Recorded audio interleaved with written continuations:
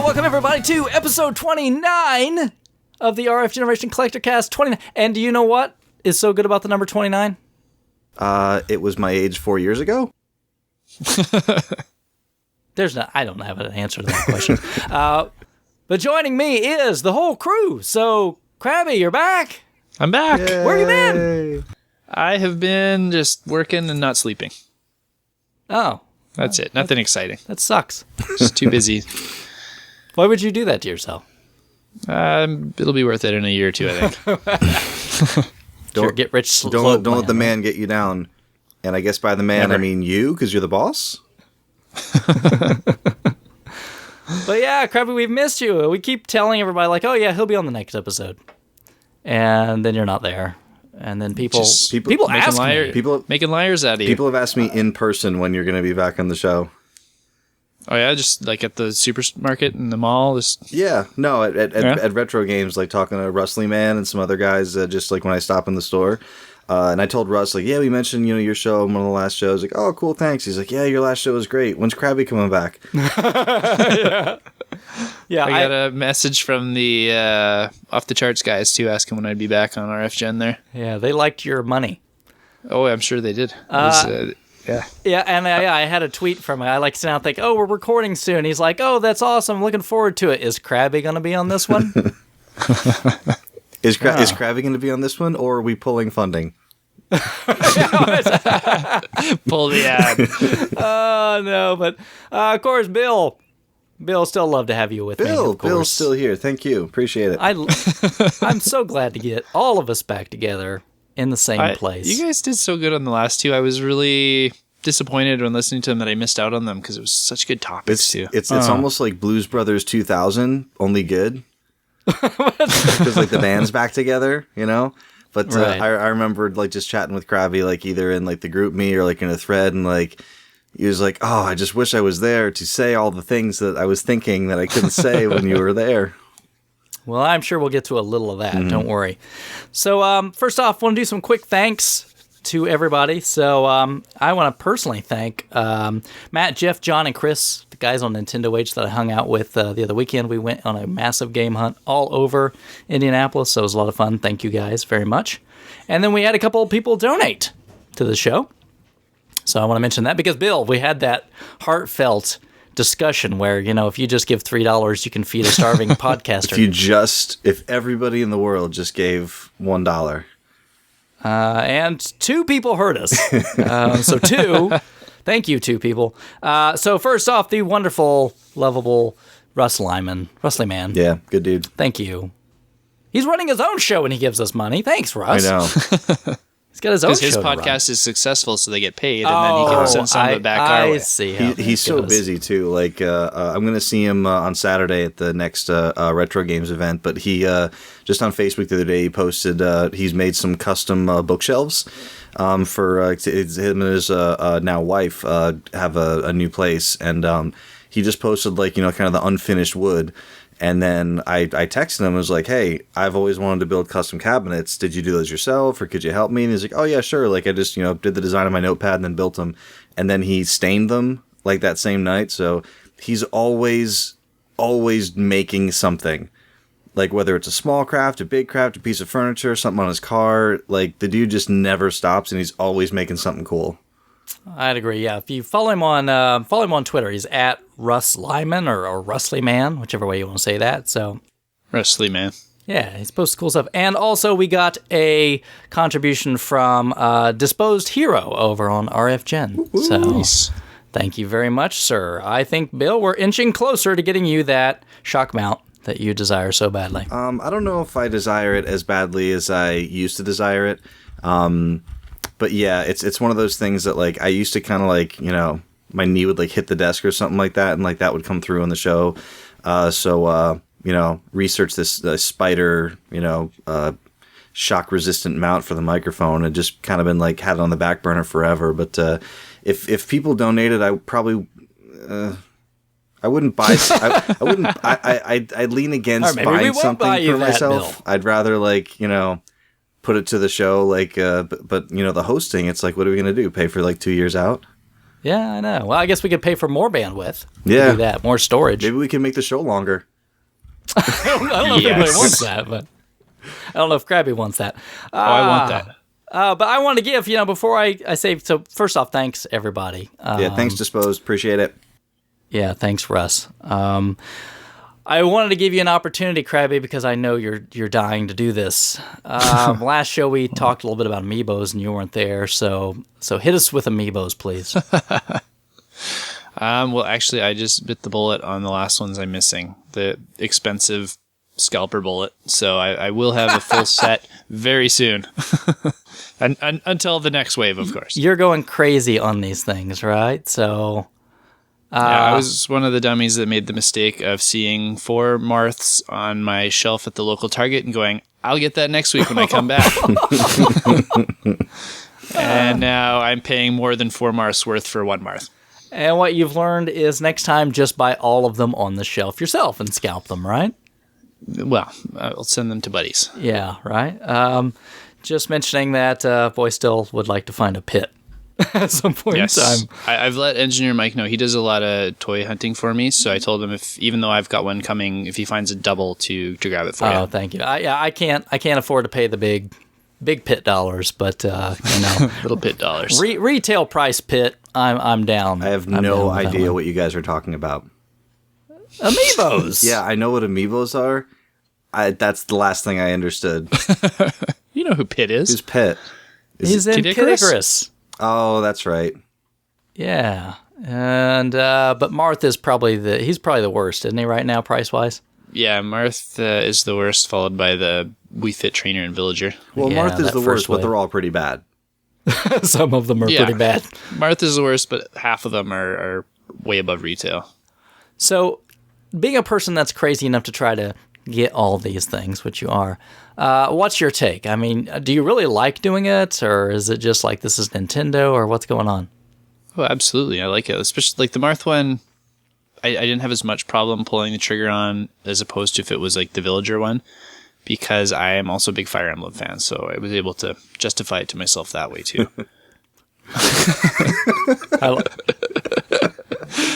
Yeah, you know what? Yeah. I got taught a long time ago that when you rationalize, you tell rational lies. Oh yeah, I'm aware of what I'm doing. That's the first step, man. That's the first step. So, in the box, out of the box. In the box. So you don't play with them. Not yet, but I have 2 Mega Mans pre-ordered so that I can have one in the box and one to open and use. So just say I have 2 Mega Men. 2 Mega Mans. So let me ask you this. So are you planning on buying multiples of many of these figures so that you can unlock their true potential?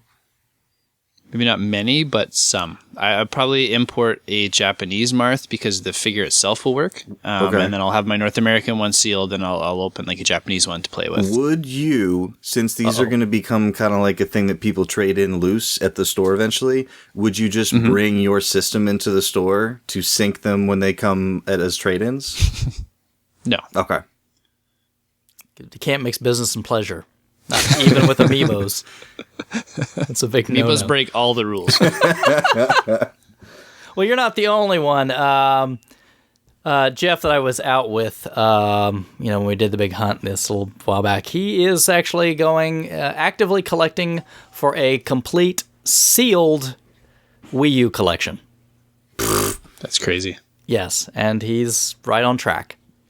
That includes variants. And the crazy special editions. This is totally not meant to sound snarky, but every time I don't go into GameStop a whole lot, but my father-in-law was in town for Christmas and my wife's family, and while the girls were off like at like the makeup store, like we were kind of like at the Microsoft store and like GameStop and stuff, just kind of hanging out. And I walked into GameStop, and this is a tiny experiment. I said to him, okay, you've never been in the store before, right? He said, no. I said, you don't really go to GameStop that often? No, not really. I said, okay. Tell me where the Wii U games are. And I just let him look around the store. So he looked around the store. He looked around this, and I said, just don't leave this one spot, like standing in like the center of the store. Just don't leave here. Just don't walk around. So he looked around the store, and he looked, and he looked, and he looked, and he was like, okay, PlayStation 3, PlayStation 4, the Sony, Microsoft, get the okay. They don't have Wii U games. And I said, no, they're here. keep looking. So eventually he's like, oh, there they are. They're like kind of like the first 4-foot section in the store, and that's all they have. So our store is actually even worse than that. If you stand in the center of the store, you literally can't see any 3DS or Wii U games because there's like a corner there around. Okay. Yeah, my local GameStop, it's like right in the front, off to the like a little side by the counter. No, we've talked about it before. Trying to collect a complete set of a system that's still currently like on the market with new games coming out. He's going for it, man. That's, I mean, hey, if you got the dollars, if that's not going to slow you down, then great. But it kind of comes back to me, like I'd be interested to have a conversation with him based on, okay, why do you love this system, or is it just because I just decided I want to get everything for it? Jeff's pretty hardcore Nintendo, and he's a big collector anyway. If you saw this guy's basement, it looks, like Shangri-La of games. It looks like when you pull the bow out, it slows time down. Like something like it's like, oh, I walked into like 1998 Blockbuster, and here's all the games on these nice racks. And everything. Yeah, they were open that year. Yeah. Yeah, it's like beautiful, just everything everywhere, all these beautiful boxes, games, but anyway, yeah, he's hardcore collector, does really, but yeah, it's amazing. And even the crazy variants, but man, I got to give it to him. I'm like, that's hardcore, dude. Before we move on, I think I got another Amiibo story that Bill will appreciate. Okay, confusing more. And by appreciate, you mean? No, I literally mean that. Okay, just to see just a story about how crazy a person has gotten from you. Like, you think it's ridiculous that I've spent, scalper money on some of these, but this was even worse. At the local EB Games here, I know a few of the employees there, so when the new wave comes in, they usually put them all aside for me in a little drawer until I can come pick them up. And so I didn't rush down to get to like Pit and Falcon and Luigi when they came out. And so I went in like a few days later to go grab them, and there was none in the drawer, and they were trying to figure out why they weren't there. And then so I'm like, oh, you guys track them down. I'll come back in a few more days, and we'll settle up then. And when I came back in, the manager was in, and I was talking with her, and it turns out one of the employees was stealing all of the Amiibos to scalp them online, and so they fired him over the Amiibos that he was buying with a staff discount to resell. The thing is, if he wasn't so greedy, if he was just paying for them, he still would have made money. Yep. But that's the depth it's gotten to, right? And just to be clear, I know it kind of sounded like I was like poo-pooing on them, like when we talked about them. It's just more of the fact that it's just not something that I get. I have a lot of other different sicknesses. I just don't have this particular sickness. So it's just interesting to me to kind of hear people is it because it's Nintendo? Is it because it's official? Is it because you actually like the figures? Does the linking with the game actually mean anything to you? I'm interested to kind of see where that explosion comes from.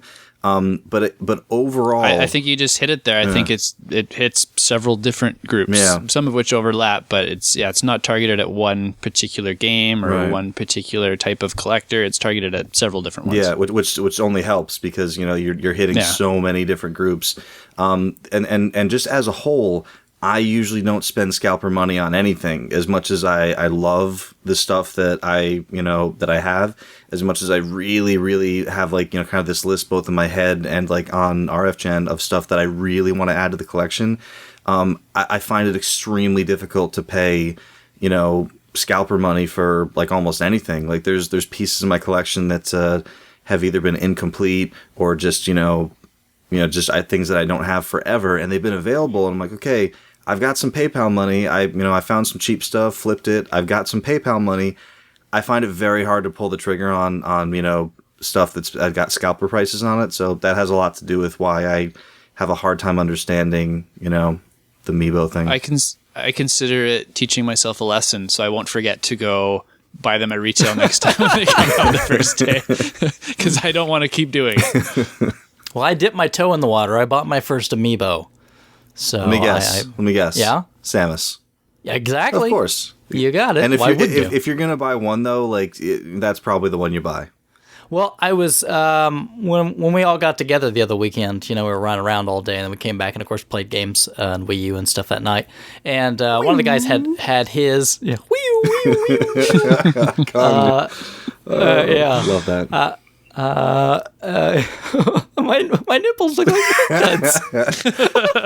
Knock knock, who's there? Taco So you were Bell, playing Taco Wii U. Bell. Yeah. Anyway, it says playing. We were playing Wii U, but one of the guys did have some open Amiibos, so I was looking at him, and like the Samus figure was so cool. So I'm like, I gotta get Samus at least, and I'm glad I did because I really have not seen like Samuses are gone now. Yeah, it's usually just like Mario's and Pikachu's and the odd fox at the store now. I see Luigi. When I went to Toys R Us, that on that same mall trip that I was talking about earlier, we just popped over to Toys R Us, which is like across the street from our mall, and it was a whole bunch of Marios, a whole bunch of Peaches, and there was one other. There was like one that I saw, and like I texted some of you guys, and I was like, "Is this thing rare?" Because I've never seen it. And no one got back to me, so I guess it wasn't rare. But they were buy one get one 40% off after Christmas, which is kind of surprising to me because I was like, oh, if these were selling gangbusters, why would they be such almost like a buy one get one half off?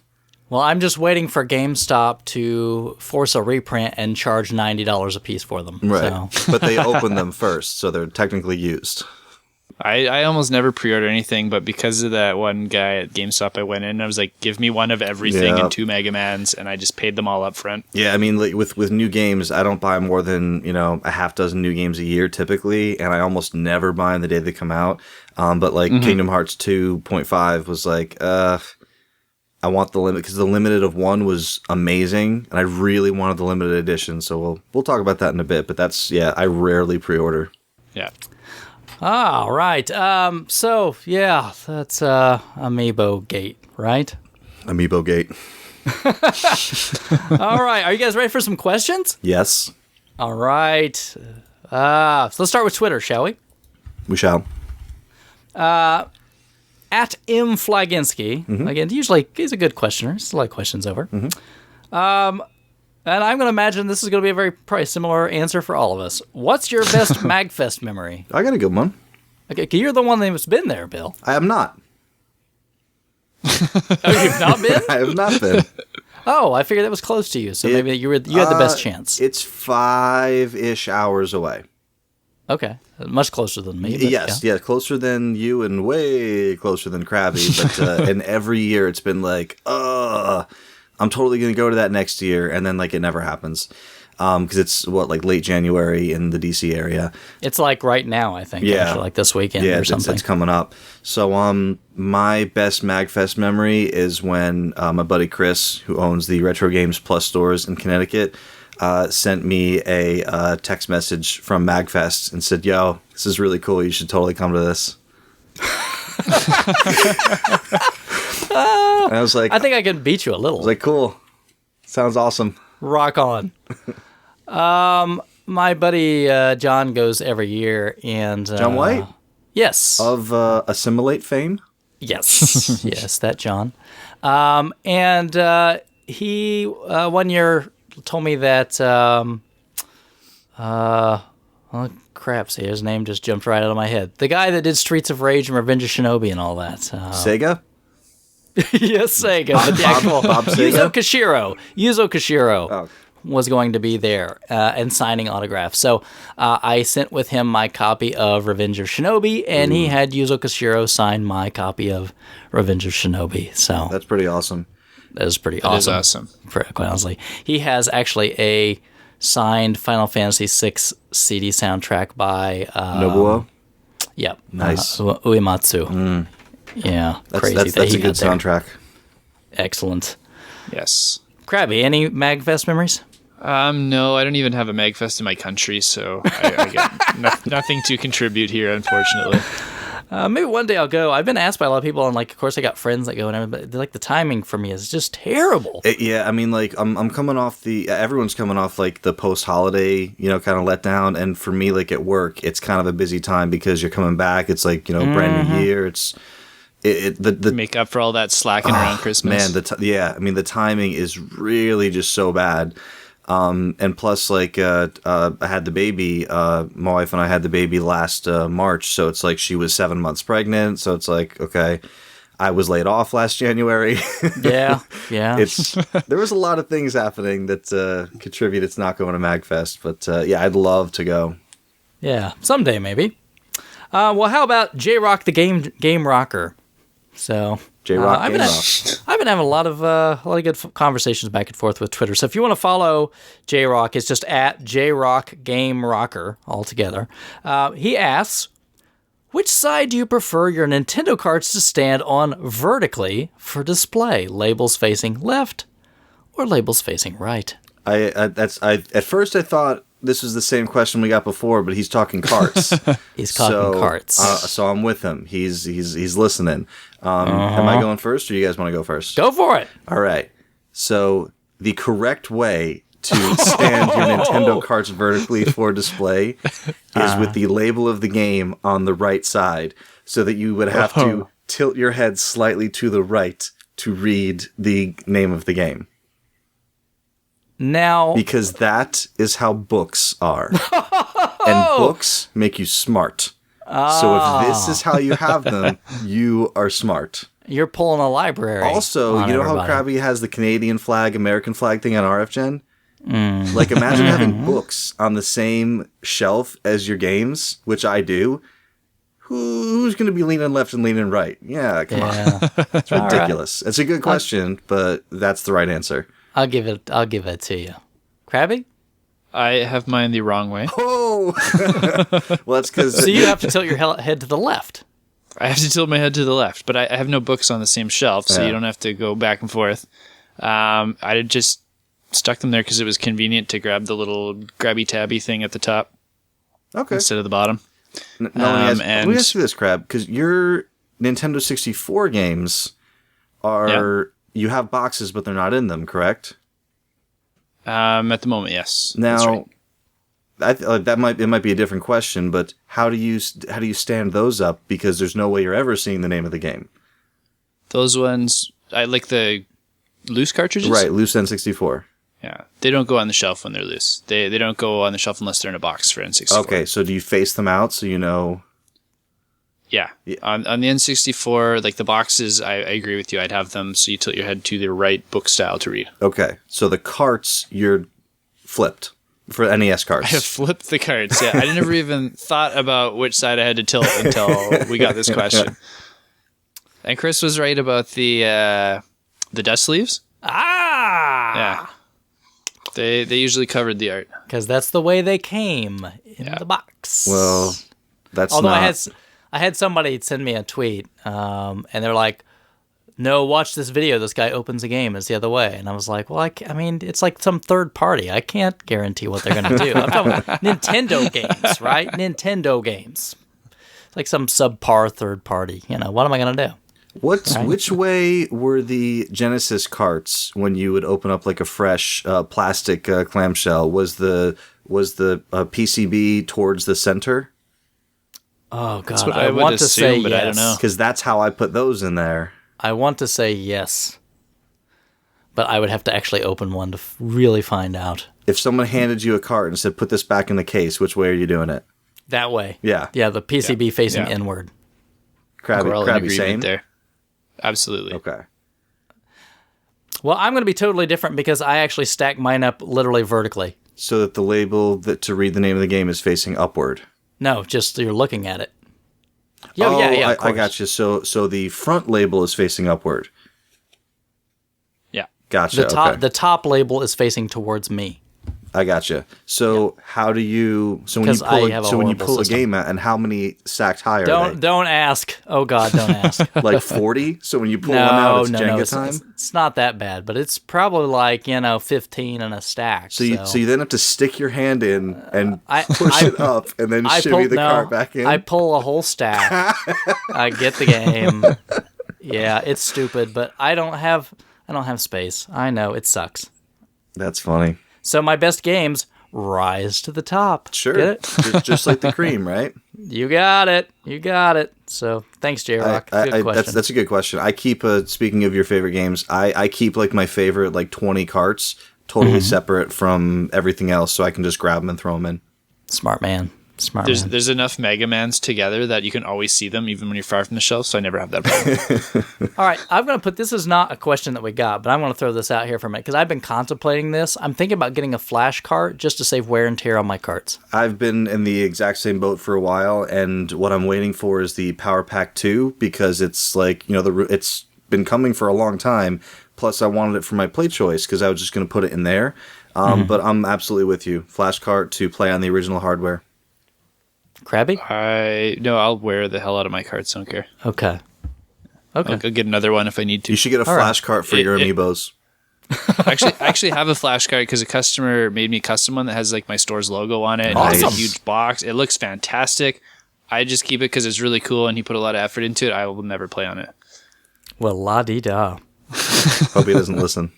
All right. He knows. He was well aware when he brought it in. We had a lengthy discussion about it. And you said, "Oh, you want to fire it up real quick?" And you were like, "No, I can't do that." Thank you. It's pretty. Thank you.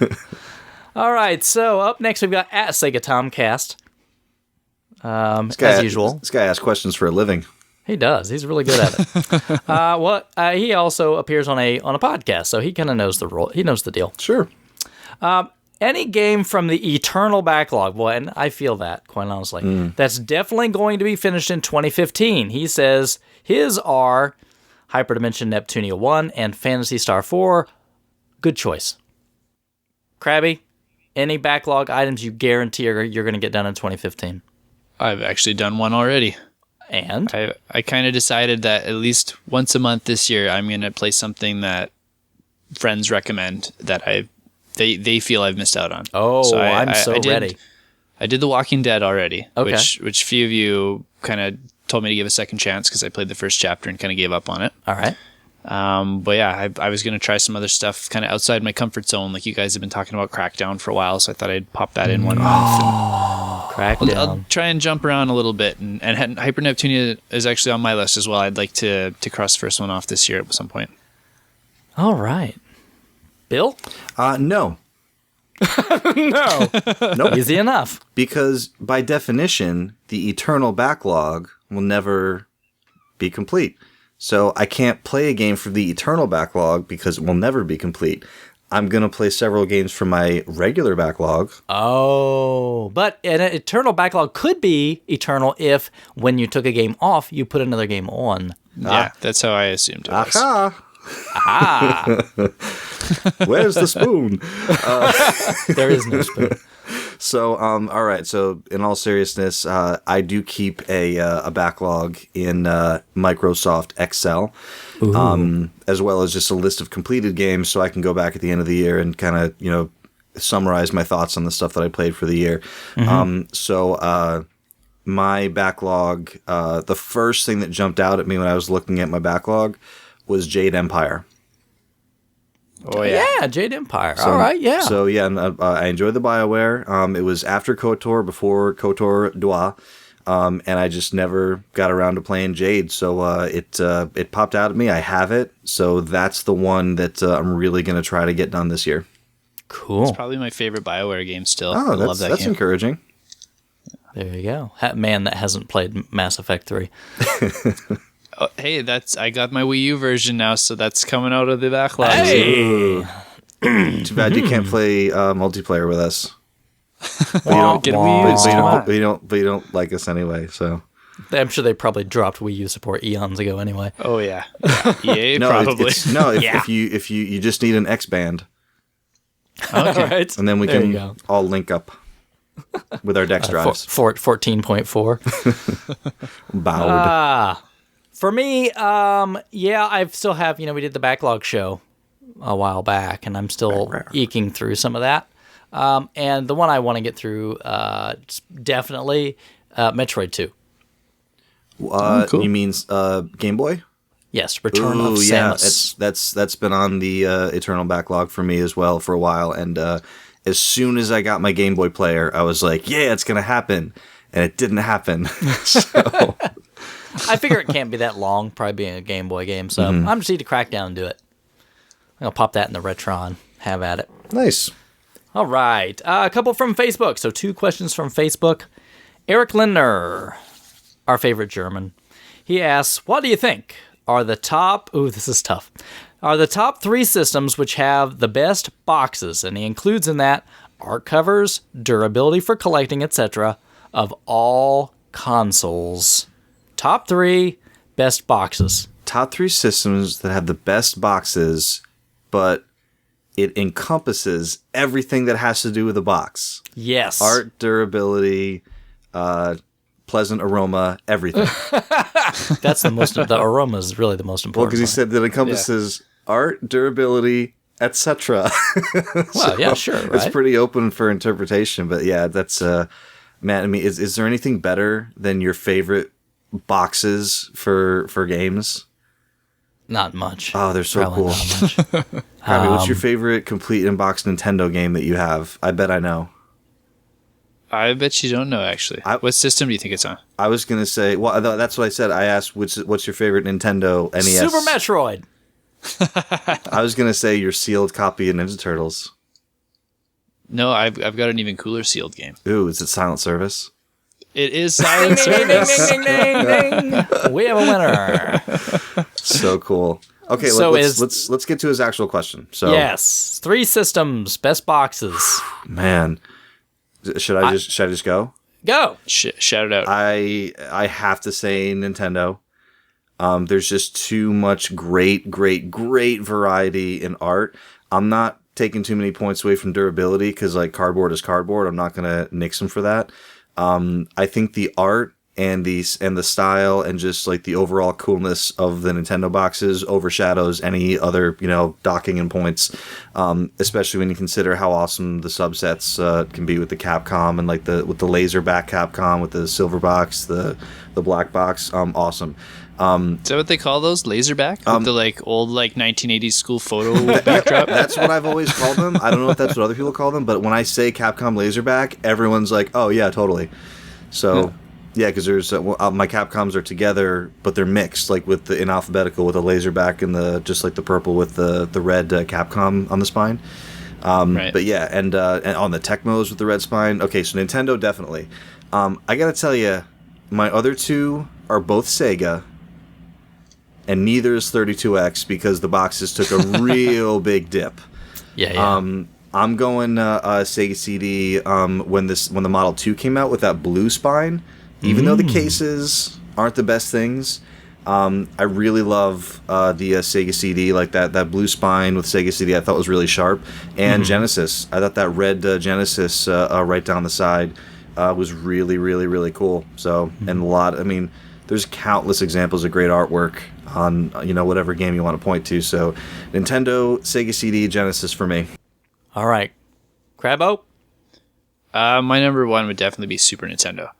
Super Nintendo. Yeah, I love that. How I like things to be uniform, and nearly all the boxes have that same black frame around them, Right. And it's really crisp. And the boxes were still really good quality before they went to the N64 ones where they feel a little cheaper. Uh-huh. And they still hadn't gone quite to that point where they're putting like screenshots on the box, so there's still really sweet art on almost everything. Mm-hmm. Yeah, like a number- crispy Super Nintendo box feels heavier and nicer than a crispy N64 one does. Totally. And then my next one should be Sega Saturn. I really like the long boxes, and same reason by Bill. I think they look really crisp with like the white sides down them, especially when you got like the odd working designs title or something, like with that shiny glossy finish on it. Yep. They look fantastic. And my number 3 would probably actually be the Virtual Boy. Virtual Boy. They're bizarre, and they still feel as sturdy as a Super Nintendo box, and there's so few that they're all like they fit in together. There's no oddball themed ones that don't match the set. Right. Huh. All right. I'm going to be a little different because I think about these things a little bit different because I'm not a big cardboard collector. So I'm going to go number 1, Genesis, for sure. Nice. And I like original grid Genesis, Right. I think I mentioned, but I was talking about the newer red spine ones that were still in clamshells, not the cardboard. So you like the Golden Axe and Altered Beast. Yeah. Hang on, yeah. Give me what was basically the Master System grid inverted almost, Can we agree that the Master System is one of the worst? Case You is like pro great. wrestling? Artwork is Come on. terrible. Artwork is terrible. Yeah, I Guy's like holding his own head. Like the black belt awesome. is just a foot. So your original like first gen Genesis. Yeah, great cases. Awesome stuff. So durable. I would go with Saturn next. Okay. Definitely Saturn means a lot to me personally, and I do really love the design. The only thing I wish I could change a little bit would be that if the thing that held the manuals was a little better so it didn't kind of pucker like they all Yeah. do. I don't like that. So you have to have foam blocks. Especially Dragon Force. Yeah, you need foam blocks to make sure your manual doesn't distort too bad. And then lastly, I would say TurboGrafx 16 PC Engine. Because they had like the cardboard box or whatever, and then you had the jewel case that looked like a CD jewel case, but actually opened it up, and it had the little, hue card in it in the little plastic sleeve and like a tab that would hold it in. Now that I've been trying to get a full set, those drive me nuts. I was going to say that sounds like the most annoying thing to do. Oh, The late ones just had that little plastic tray in them that drove me nuts. I'm talking like the original design, right? It's a sleeve and a tray in a box, in a bag, in a box, in a bag. No, like the card has its own little plastic nice dust sleeve. It fits into like a little credit card thing, and then it has a little tab that holds it inside the CD case thing, and that has the nice CD case. And if you want to go crazy, has even the cardboard box over that. A lot of the art is kind of lacking in them too, though, don't you think? Keith Carriage. Look, PC Engine's definitely much better, but still. I got to throw an honorable mention too to PlayStation 1 long boxes. Those things are awesome, especially the ridged side If ones. they can only decide on one design, I think is the problem. Yeah, I think the boxes are cool. I can't think of any particularly good artwork on PS1 long boxes. Oh, you know Resident Evil? That's awesome. Crazy Ivan? Come on, man. The Wipeout Japanese cover? That's fantastic. NHL Face Off 97 was not great. Can I give a dishonorable mention? Battle Arena Toshinden. We already talked about Master System. No, 3DO. 3DO. 3DO. Oh. No, it was remember when like DVD cases first came out with like that plastic clip on the side? Oh, yeah. Now there are some 3DO games that are just great big cardboard boxes, which are just annoying. And then some have like that clip on the side. One of my favorite artworks for any game ever though is a 3DO game. What was that? The Super Street Fighter 2 Turbo, I think it was the Canadian variant with the pencil sketches on the front. Yep. Yeah, It's my favorite thing that I own for 3DO. Yeah. You guys ever held a Neo Geo AES box? Those ones are pretty sweet too. No, you mean like the VHS like plastic clamshell-y type things? Yeah, where they like waste no room and the whole thing is just to hold the cartridge. Yeah. Brick. There you go. All right, one last question. Chris Roberts he's from the Narcpad podcast. Narcpadcast. He asked, "What's the worst sequel to one of your favorite games?" Can we do like an exclusion on this? What do you mean, Bill? Can we exclude Final Fantasy games because they are all so different from each other and everyone's got a favorite and the next one is not one that they like? So it has to be something that's canon, I assumed. No, it could be whatever you want. It's just a sequel. If it has a number after it that's higher than the number before. Then if someone does a Final Fantasy game, then shame on your family. I'm not going to. I'm not going to. I could, but I'm not going to. That's good. Bill's just trying to protect Final Fantasy 8 here. No, 13. Right. 13 for life. 13's awesome. I know. All right, well, I'll go first. How about that, and then? How about that? Ninja Gaiden on Xbox. Really? Oh my gosh, you had such a great series on the NES, and then what do you do? But I heard such good things about that game. Oh man, it's not even the same kind of game at all. Of course not. It's a freak. But they were so good. This sounds like a grandpa complaint to me. But they were so good. Did you want? I got a good grandpa one too when I'm up. Okay, come on. Keep going with your Ninja Gaiden. What specifically? Just let it die. Don't turn it into some kind of 3D crazy. I don't want that. It's just, I don't know. That's it. That's all I got. Man. Just, come on, man. Really? Come on. Come on, man. I almost kind of want to rag on Kid Icarus a little bit, too. But I like Kid Icarus, so I won't. You mean the 3DS version? Yeah. But I like Kid Icarus, so I won't. That stand was pretty snappy. Still got mine in the box. You know what the stand always reminds me of? It was like they're like, "Hey, we got all these leftover tools to take the jumper pack out of the N64. What do we do with them? Oh, let's just hold up a 3DS with it so you can play Kid Icarus." Oh, it's terrible. Probably true, but terrible. All right, when are you guys gonna go? Oh, Crabby. All right, I got one to follow that. That's pretty much the same reasoning as Resident Evil 4. Oh! Yeah, we've heard this before, and it's They just changed too much of what I love, and it doesn't feel like the same series. it's especially interesting when it's a game that so many people love so much, and you're like, and not you. I don't mean you. I mean like when there's a game that everyone loves, and you're like, I don't love this. You know what I mean? Yeah. And with that series, I think more people would say that same thing for 5. Like that 5 changed. Didn't 6 get pretty universally hated? I kind of forgot that there was a 6. Yeah, that's the first Resident Evil game I never played. I mean, like of canon numbered games. Right. Yeah. No thanks. Bill? Oh man, the worst sequel to one of your favorite games. Yeah. Really bad sequel. You can just say Mega Man 3. It's okay. Yeah. Well, I mean, because one of my faves is 4, but I never played Chris, 5, so I don't know if it's bad. You better let me edit this show. I'll edit that out. It'll be all choppy like Super Metroid. I'm surprised you didn't say Super Metroid, but you do really have an aversion to Resident Evil 4. I was hoping that The Last Remnant was a sequel to something, but it wasn't. It was the sequel to that nightmare you had when you were a kid about playing a game. It's a sequel to Infinite Undiscovery. The penultimate.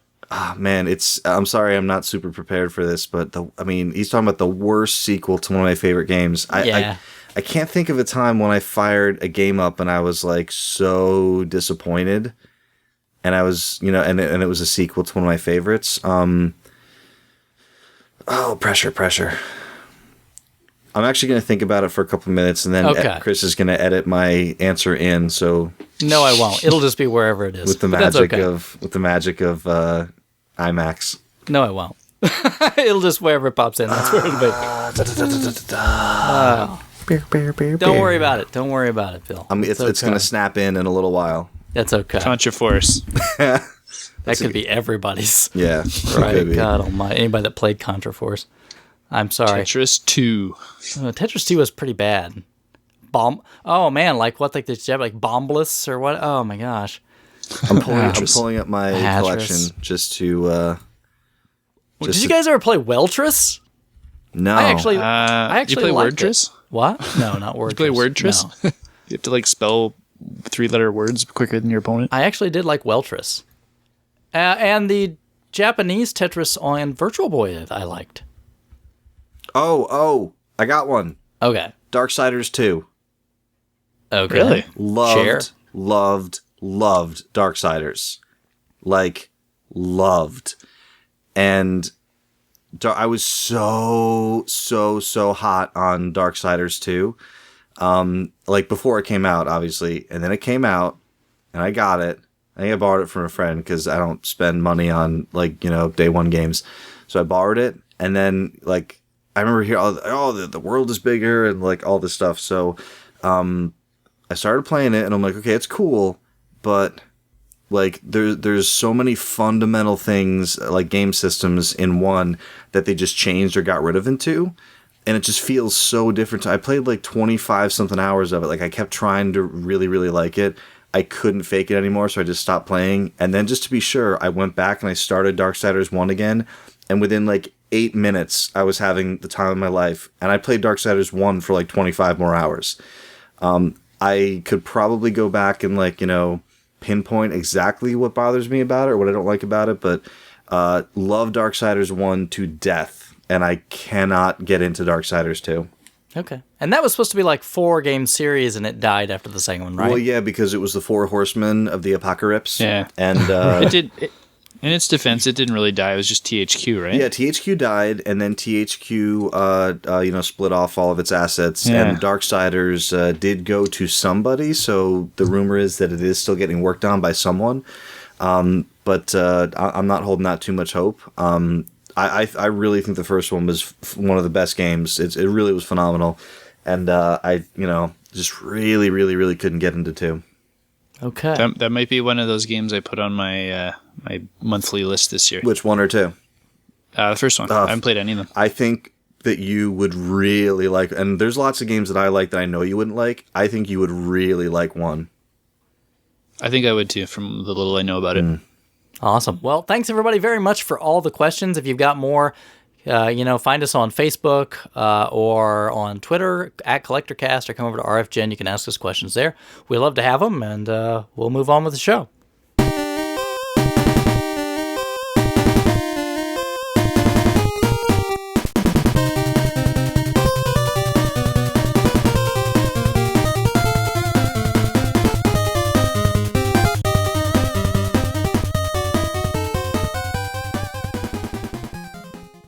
Hey everybody, it's Duke here to tell you again about our sponsor, Off the Charts Video Games. Be sure to listen all the way through the spot because there's a special offer at the end for Collectorcast listeners.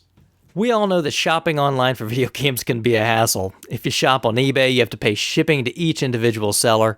On Amazon, you never see what you're really going to get. And as for the leading online classic game retailers, well, we all know that their prices aren't the best. After years of collecting, trading, and selling on multiple marketplaces, the guys at Off the Charts Video Games have built a site with the needs of collectors in mind. OTCVideogames.com gives the experience of a brick-and-mortar store while you relax at home. With pictures and individual descriptions for every item, you will know exactly what you're going to get. Every game is tested in-house on their multi-system testing station, so your order will come back with their quality guarantee and great customer service. Off the Charts now sells separate boxes and manuals so you can buy complete and box games all at once or complete your loose games. Browse their games, boxes, and manuals separately or all together. Boxes and manuals are posted now for Nintendo 64 and are coming soon for other systems.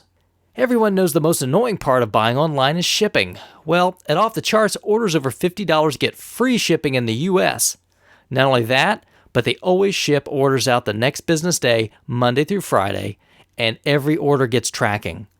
Choose your favorite provider, whether it's UPS, FedEx, or the US Postal Service. Check them out for yourself at www.otcvideogames.com or see their inventory updates and meet their staff on Twitter, Instagram, Facebook, or YouTube with the handle OTC Video Games. Again, that's www.otcvideogames.com and OTC Video Games on Twitter, Instagram, Facebook, and YouTube. As a limited time special offer for Collectorcast listeners, enter coupon code COLLECTORCAST at checkout to receive a 5% discount on your order. Again, that's coupon code COLLECTORCAST, all together, one word, no spaces.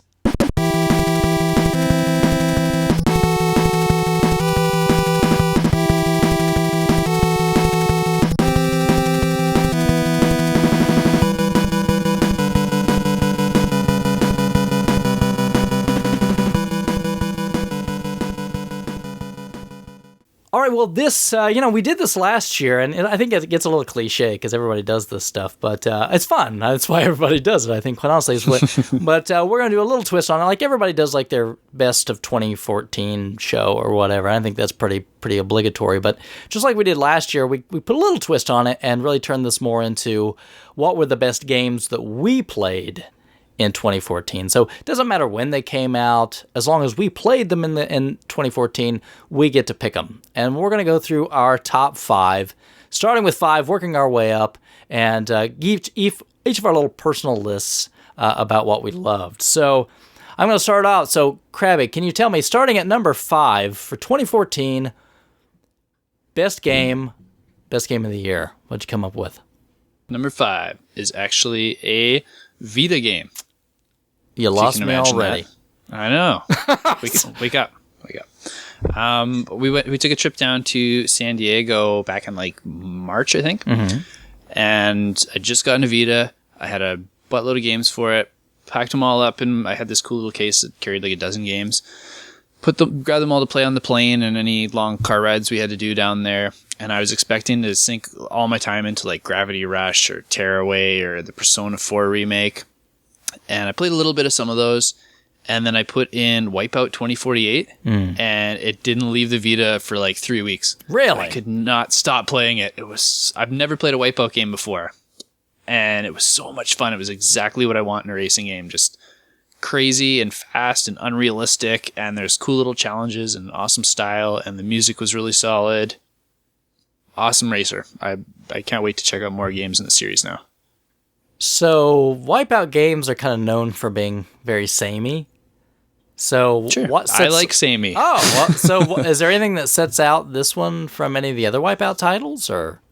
Well, like I said, I haven't played any of the other ones yet. It's the only one I've ever played. Oh, this is the first entry for you. This is the first one for me, but it felt very like I used to play a lot of F-Zero. Oh yeah, and it felt like a good spin-off from an F-Zero type game for me. Okay. Can I ask if you've ever played any other games in the genre, the high-speed futuristic racing? Like I've played Extreme G, which I enjoyed. The F-Zero ones, which I've enjoyed. Any other ones that you're thinking of? Well, specifically, yeah, I love Extreme G2. It's what kind of got me into the genre. And then it's one of my favorite licensed games on the N64 and Dreamcast is Episode 1 Racer. Oh yeah, I played a lot of Pod Racer. Loved that one too. Definitely. Okay, so yeah, so it seems like there's been other games in the genre that you've enjoyed. You just never got around to Wipeout. Yeah, like I've seen it like on the download for the when PlayStation 3 network went down, and I just was like, it's a that's download, right. so I didn't touch it. I think I own that from that. Yeah, and I probably would have enjoyed it if I had given it a shot, but I just passed over on it. So now I've been collecting other Wipeout games in anticipation of playing them. So we got like the PSP ones, the PlayStation ones, the N64 one, a few other oddballs, I'm sure. And I'm sure that you're not gyro steering. I have no idea what that means. It's your with the Vita controls? With like the tilting the unit to steer your craft. No, like you had to be so precise, especially in some of the challenge levels. Right. So that wouldn't have done it for me. But are you on a D-pad or analog? I think I analogged that one. Yeah, I've actually found I used to really prefer the D-pad on racing games for like that, like quick little tap for just adjust the steering. And a lot of games don't even allow you to use the D-pad for steering anymore, like Burnout. Yeah, I had to learn how to analog drive when the games started doing that. So, well, that's really interesting. That's definitely something I would never have thought would have made your list. No, not at all. Me neither. It surprised me as well, it's always pleasant. Well, I think if you like that one, then you're going to get a whole lot more of that. Yeah, like I love all the NES Mega Mans because they stick to the formula. So I'm hoping the other Wipeouts stick to the formula and just give me different tracks, different music, more of the same. I haven't played the Vita one, but I've played some of the others, and yeah, it always seems to be, just a fresh coat of paint on Wipeout. So there you go. I'm okay with that. Well, cool. All right, Bill. Yes. Number five. Number five for the Xbox 360 and also available on Steam is the Behemoth's Battle Block Theater. Really? I love this game. It's a Crabby. Have you heard of it? I've heard of it. I don't know much about it other than the name, though. So, have you played other Behemoths? Alien Hominid, Castle Crashers? I played Alien Hominid. Yes. Okay. So yeah, it's a 2D side-scrolling platformer in exactly the same art style as their other games. So if you've seen Alien Hominid or Castle Crashers, you kind of know what the look is. It's slightly less well known is a free downloadable touch app for iOS and Android that Behemoth made called something that I can't remember, but it was it's a great title. It was just tons of like side-scrolling platformer levels, and it was free. So it was like hundreds of levels, and like basically you would collect, like all the gems in the level, and then just, get to the exit, and that was it. And like it timed you, and it would unlock more levels. So this is very much an extension of that. It's got a ridiculous story, which is part of their humor and charm. It's basically you're hanging out with your best friend, Hattie Haddington. You get shipwrecked on an island, and Hattie puts on a hat and becomes evil and puts you into prison. And then basically you're part of the entertainment for all the guards is they all get to watch the prisoners try to make their way through these levels that are being created for them. And if they die, then it's like, yay, prisoner died. So you've got to make your way all the way through it. And it's kind of got like a view, like almost like Mystery Science Theater, where like there's like the front row of like guards is watching you, like while you're on stage doing these platforms. And there's dozens of levels, there's hundreds of collectibles. There's like you have just your standard like jump and attack, like punch and kick. You also have a unique weapon, and there's dozens of unique weapons you can unlock. There's co-op.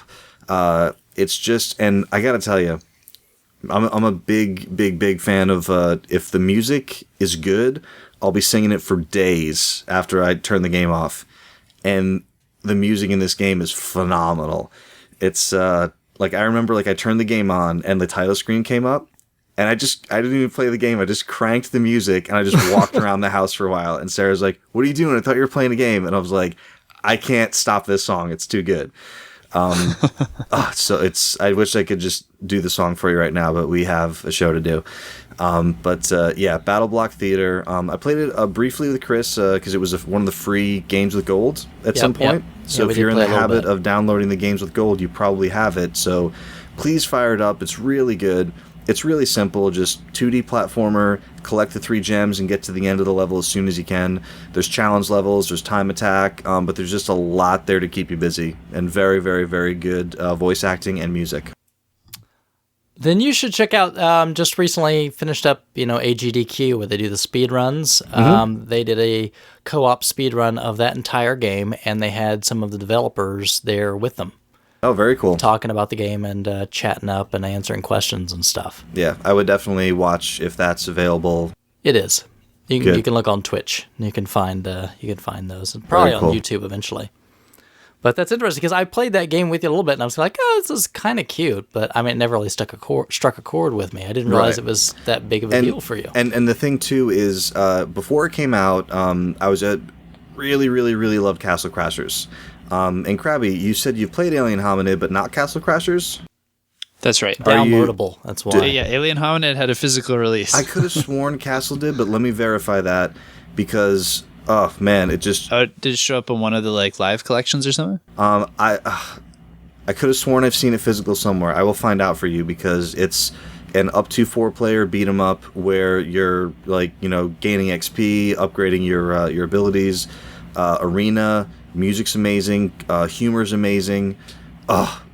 So freaking good. So I loved Castle Crashers.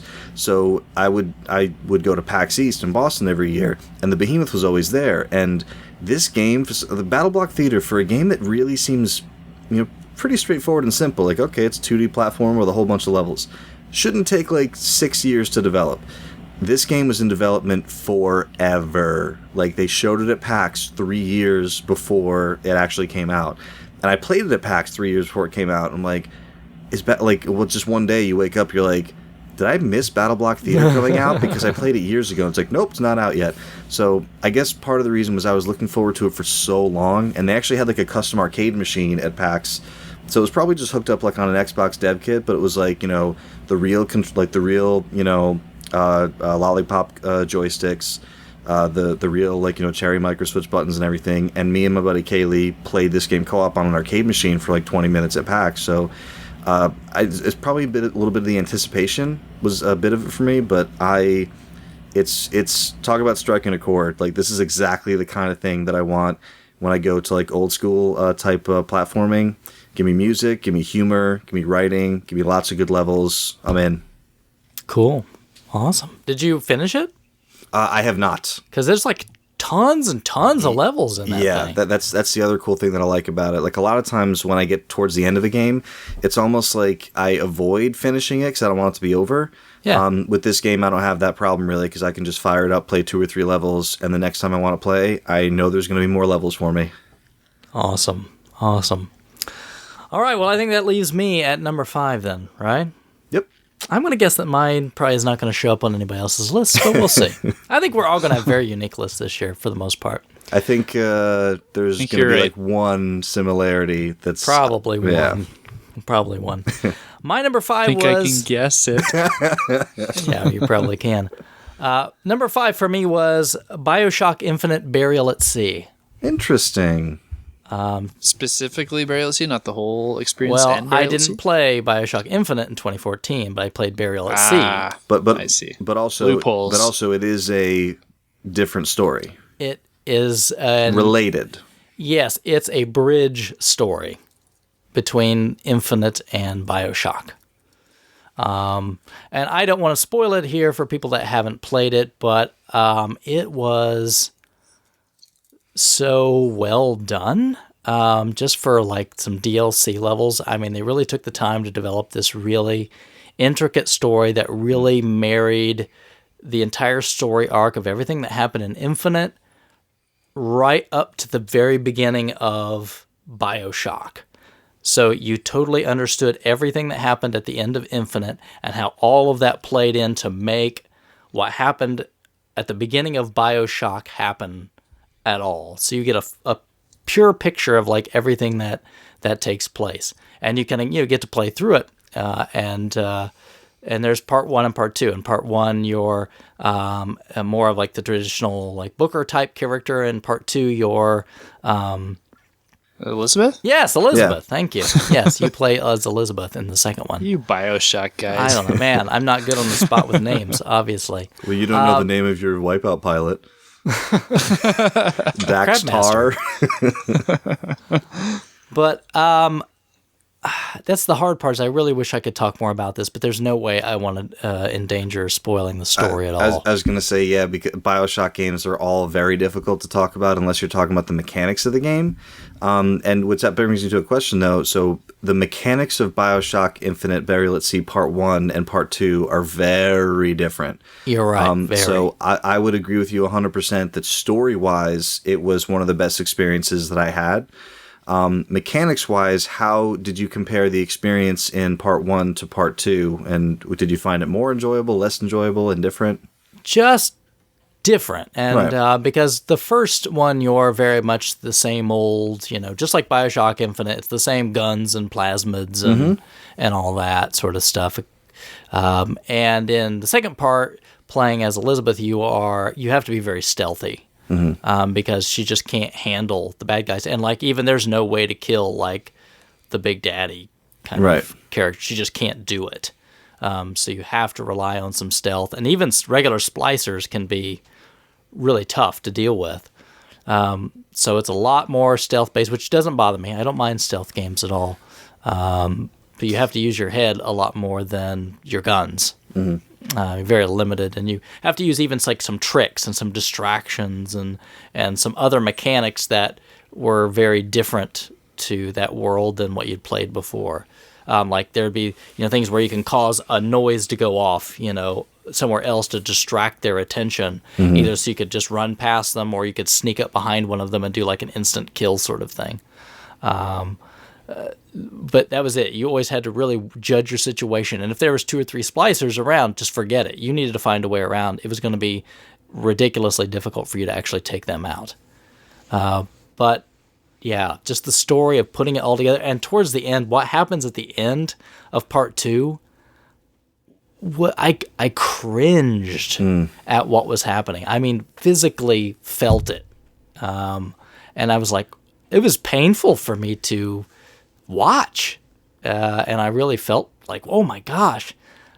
So it really had me, and it's so funny because listening to you talk about this, I'm actually thinking about a different game, and it matches exactly what you're saying, like in my head, and it's not related to the game you're talking about, but like it reminded me of it, and the more you talk about it, I'm like, yeah, it's exactly the same in this other game. It's cool.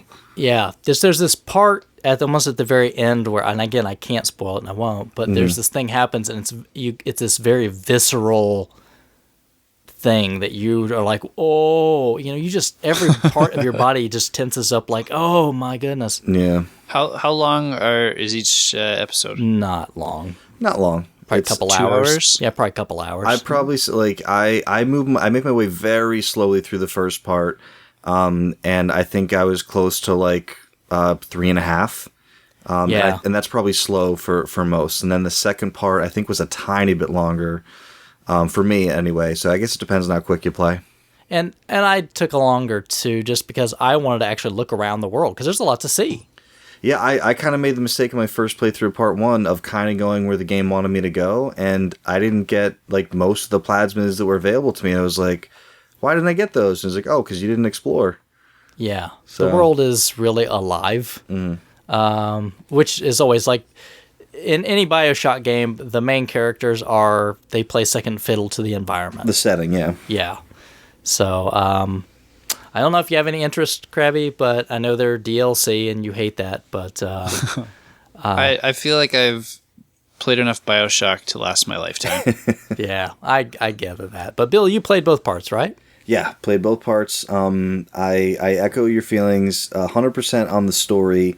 The stealth gameplay, or the more stealth-like gameplay in part 2, was not something that I enjoyed as much as the traditional Bioshock gameplay. But as you were talking, I started kind of drifting into The Last of Us. Okay. And not to spoil anything on that either, but there comes a time in that game when the gameplay shifts to a more stealth-like approach. But it was done at first in a way where I was like, I'm usually not like super into stealth, but it was done in a way that was very tense and very real, and I felt really good about kind of the way it was done. And the same thing, like towards the end of Last of Us, there's things that are happening, and even as you're doing them, you're thinking, no, Yeah. I don't want to be doing this, Yes. but you have to do it, and that's kind of what it was in Bioshock Infinite. So story-wise, I'm with you 100%. My only caveat on part 2 is it wasn't quite the way that I wanted to be playing through a Bioshock universe, especially towards the very end when games, when they get harder, they say, okay, just throw more enemies in there. There's an area where you kind of have to sneak through a really kind of like wide open, like rotunda type area, and there's no chance you can kill any of the things that are in there. And it's very difficult to sneak through. And I'm like, well, that part wasn't particularly fun for me. I just made it through, and I made it through. But yeah, definitely, there's a really cool reveal at the end of part 1. And there's a really cool reveal if you watch the trailer for part 2, or if you just start part 2, you kind of see where they're going with it. So if anybody who really enjoyed Infinite probably played Burial at Sea. Yeah, I couldn't recommend it enough. Obviously, number 5 for the year for me. So Very cool. running up to number 4, Crabby. Number 4. Number 4. This is another one I played really early in the year too, like in January. Okay. It's about as early had in a the lot year of- as you can get. But it struck me right away just because of all the different franchises smashed into it that I liked. Okay. But Project Cross Zone for the 3DS. Really? I picked up because Mega Man was on the cover, Ryu was on the cover, La was on the cover. Yeah, you're sold, right? So you, I'm sold. There's Jill you, from Resident Evil on the cover. So you judged Yeah. the game by its cover? I absolutely did, and I'm glad that I did. So I really know nothing. So just tell me about Project Cross Zone.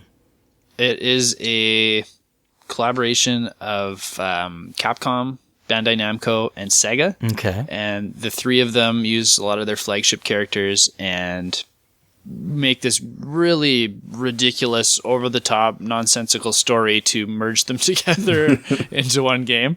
And like even at the end of the game, the story isn't really there. That's not what kept me going playing through it. It was just how much fun the game was, the mechanics of the game. So what kind of game is it? It's a strategy role-playing game. Okay. So you start like on your grid, just like a Final Fantasy Tactics Fire Emblem type game. And you typically have two people from not from the same franchise, but from the same company together. All right. So like at the start, you'll start with like Frank West from Dead Rising, paired with Heisenko from Darkstalkers. Okay. And you'll move them together along the grid until you hit a bad guy.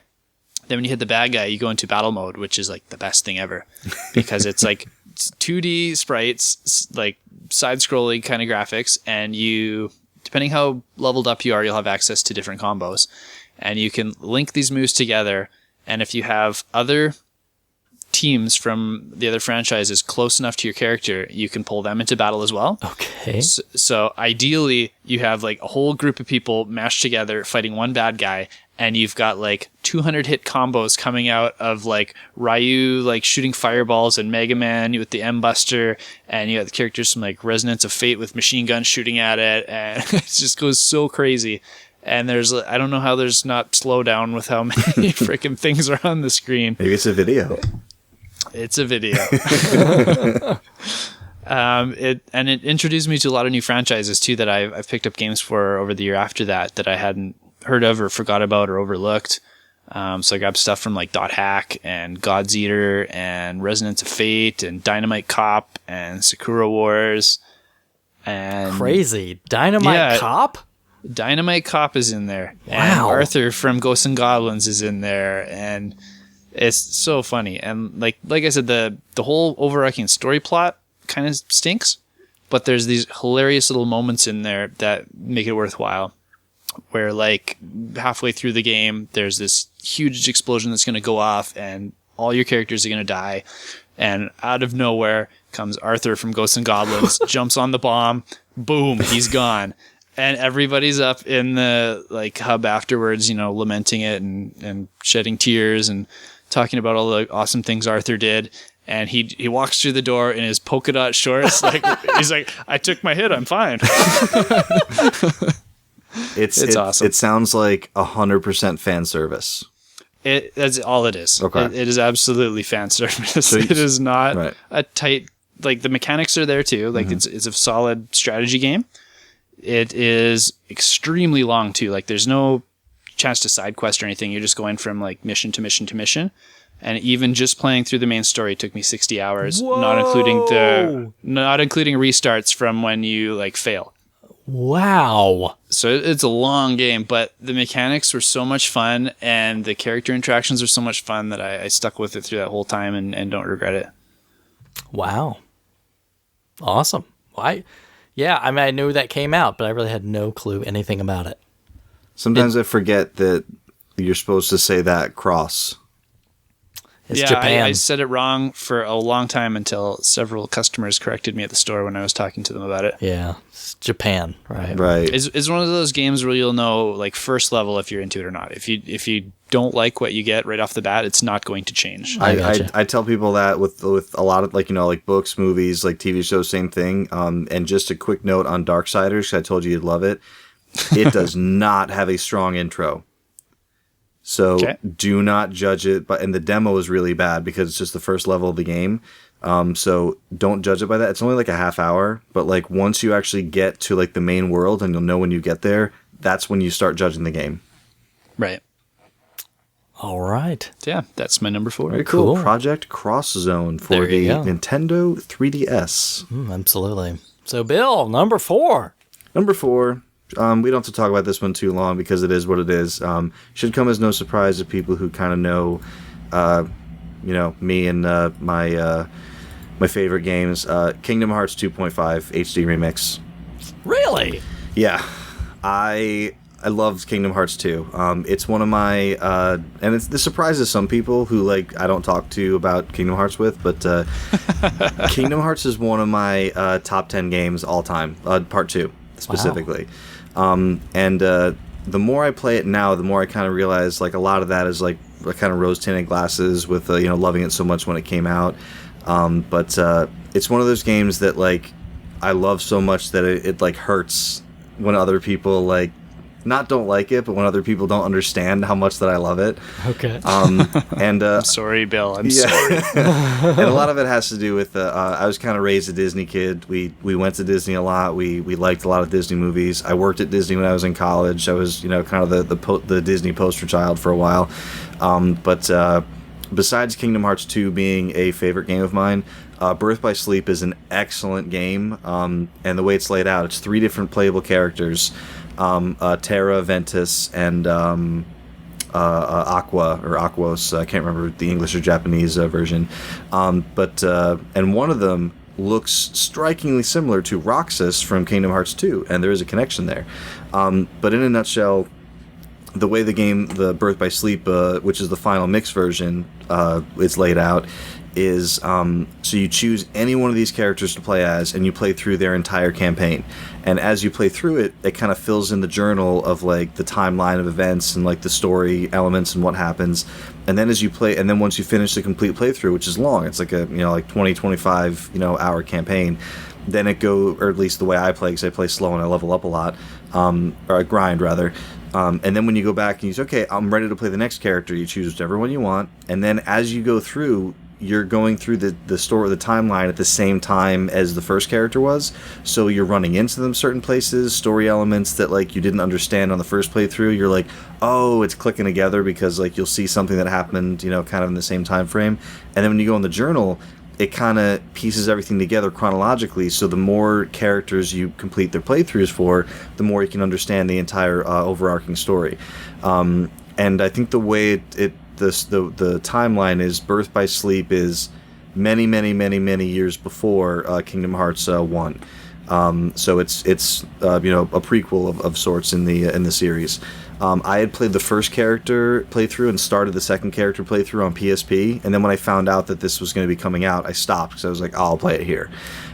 So I haven't played through all of the game yet, but I couldn't leave it off the list. It's definitely it really is one of my favorite games. I'm kind of at a loss for why 3 is taking so long to come out. But they keep just making these side games. Like after 1, Chain of Memories came out, and then 2. But then, there's been 7, kind of small releases, off and on. 385 over 2, yeah, like whatever. 368 over 2 days or something, which is it's Roxas's backstory. Dream Drop Distance is the best game on 3DS with the worst name. For me anyway, because it's 3D, Bill. It's a really, really, really good 3DS game. I fall in love with that game every time I go on vacation somewhere. So I'll just open the thing up and I love Dream Drop Distance. But yeah, so Kingdom Hearts 2.5, the only thing that I have to mention that I hate about it is the packaging. Yeah, I liked your pictures and your description. It's awesome. So yeah, and I know Chris hasn't read it because he wanted this list to be a surprise. But Chris, after today, go look at my... and mainly it was because of the comparison to Kingdom Hearts 1.5, which is the best, or at least my favorite, limited edition packaging. Yep. That is the same price as the regular edition of the game. It was just limited, so it was the first copy you got. It was hardcover book. It was watercolor artwork. It was pencil sketches. It was a letter, a letter from the series creator with an original pencil sketch in 2 languages. Wow. There were overlays of concept art over what the final art was. Sora originally had a tail similar to Zidane, or Zidane, however you say it, in Final Fantasy. We say Zidane, and we say Vi-Vi. Vi-Vi. Don't you say Zedane? So, but yeah, the packaging was beautifully awesome. The Kingdom Hearts 2 limited edition packaging is an empty cardboard box. And then when you open the cardboard box, you get your limited edition pin, which is the only redeeming thing, and a copy of the regular edition of the game. The only thing I have to ask is, do you have to paint your thumbnail first? That wasn't me. That was I'm just teasing. Yeah, that was somebody else. And then I think I said that in the thread, and somebody was like, "Yeah, we know that wasn't you." But yeah, go look at the pictures. But here's the other thing. Since I'm not one of those people that spends a ton of money on day one stuff when it comes out, to their credit, and I'm also mad at them for the same thing. They did have a higher edition of Kingdom Hearts 2.5. It was I don't know what it was called. It was Ultra Collector Edition or whatever it was. I can't remember if it was $100 or $150. This is the part that really bugs me. Only available on SquareEnix.com. But it was really cool. It was this big, kind of 12-inch square, nice metal collector packaging. Had a plush doll, a whole bunch of pretty much what I wanted the art book from 1, and it even had this case that had an empty CD spot for Kingdom Hearts 1.5, so you could take the disc from your other one and store it, in the complete collection. I'd love to get it if I could find it somewhere eventually, but I kept looking at it and I was like, I can't spend $150 on packaging for a game, even though it's my favorite game. So I digress off the topic is that I love the games. It does also, the Kingdom Hearts 2.5, it does also have the cutscenes from the game with the silly title, the 390,000 over 4. Yeah, whatever. But yeah, since it doesn't have the gameplay, it just has all the cutscenes upgraded to HD or HD, as they say in Australia. So that's what I'm going with. I'll have to admit I've never played a Kingdom Hearts game ever. Yeah, I mean, and they're definitely not for everybody. So I would never just tell people blindly like, oh, you got to play. It's my favorite game. It's great, because I know most of the people that I know, talk to, hang out with, play video games with would not like it. Okay. It's just it's part of me. It's the Disney thing. The other part is just I know the story is crazy, ridiculous, and way too hard to follow. It's Square. Yeah, and there are bits of the story that I really like. It is extremely convoluted, so it's kind of like my weird, denial of a fan type thing, where I'm like, well, I'm just going to ignore the parts that are convoluted and focus on the parts that I think are awesome. But yeah, it's the story in Kingdom Hearts 2, and also Christopher Lee is in Kingdom Hearts 2. Okay. So some great voice acting in there, and deep baritone voice. Yes, he's. I can't tell you who he is because it's a bit of a spoiler. But it loads up and he's like, Roxas. You're like, oh, it's Christopher Lee. That's awesome. Side note: the best line in the Johnny Depp remake of Willy Wonka and the Chocolate Factory. Oh, there is nothing good about that movie. Was when Christopher Lee, who's like they flash back and he's like Willy Wonka's dad, and he was a dentist, which is why Willy Wonka wanted to be a candy guy. And he pulls out the Halloween candy and it zooms right in on his face, and in his deep voice he says, "Lollipops." Is the best part of that movie. The best part's turning it off. After Lollipops. Okay. Well, my number 4 is Guacamelee. Ooh. Remember Bill pushing you to play this one or try it out? Yeah, Super Hyper, whatever it was on Xbox One, Turbo, whatever. Now, was this? I think this may have been on my list last year. I don't know. I'd have to go back and look at your list. The only one I remember from last year, besides the Far Cry, was Super Hexagon. But Guacamelee, it's a Metroidvania style game, even though I'm not really a fan of that term. But I mean, it is what it is. But it's very, it has this Latin flavor to it that, this whole luchador thing kind of coats the entire game. And it's that's it. You're just like this farmer and... an agave farmer. Yeah, an agave farmer. And this horrible evil demon guy comes and it basically steals your girlfriend. It's basically a Mario plot. Sure. But you have to go save him. So, you do this big luchador thing and you're going to go save her. But really, the whole game is set up a lot like a Metroid game. So you have these crazy maps, you have powers that you have to get, and that will open up other areas for you later when you have those new powers to unlock these, different things. And it has a great ramp up in terms of difficulty. So every step of the way it's kind of teaching you how to do things, and then you implement all of that as you go. So it's kind of like, all right, we're going to teach you the basics. Okay, here's a new power, here's a little bit of basics, and then... all right, now I want you to combine all that stuff you've learned together to make it work. And so it can be pretty challenging. It can be pretty challenging if you want to do everything that's in it. It takes quite a bit of work. But that's it. It follows your pretty standard formula. It's just done excessively well. I mean, there's no complaints about the game. It's funny. It pokes humor at a little bit of everything. So, your power-ups are this goat. Those goat powers that you get, so good. I have to stop myself from chiming in here because I could just talk about this game. Oh no, it's just so it just echoes my thoughts about Battle Block. It's what I like about 2D stuff. Give me great music, give me charm, give me wit, Give me good writing. Give me something that's it's oozing charm. Yeah. It is so well done. It is so funny.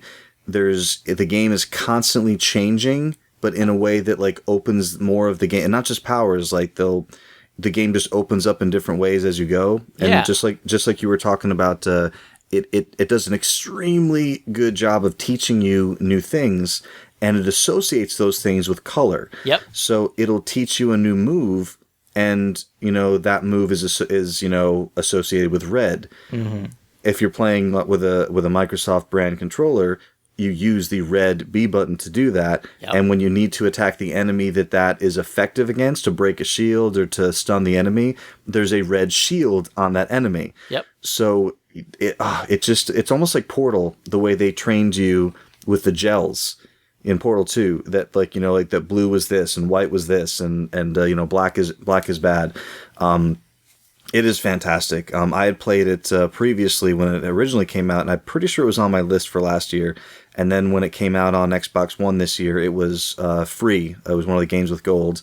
It's got some really good co-op. Not the best co-op because not online. You have to do couch co-op. Yeah, couch co-op, which is the best kind of co-op. Well. It is as long as you got a buddy. And as long as that buddy brings a controller, because I'm not spending $60 for a couch co-op controller. But yeah, Crabby, is there any chance that you would give this guy a go? If they put out a physical release, I would 100% give it a go. Wait a minute. Is there no physical release on Vita?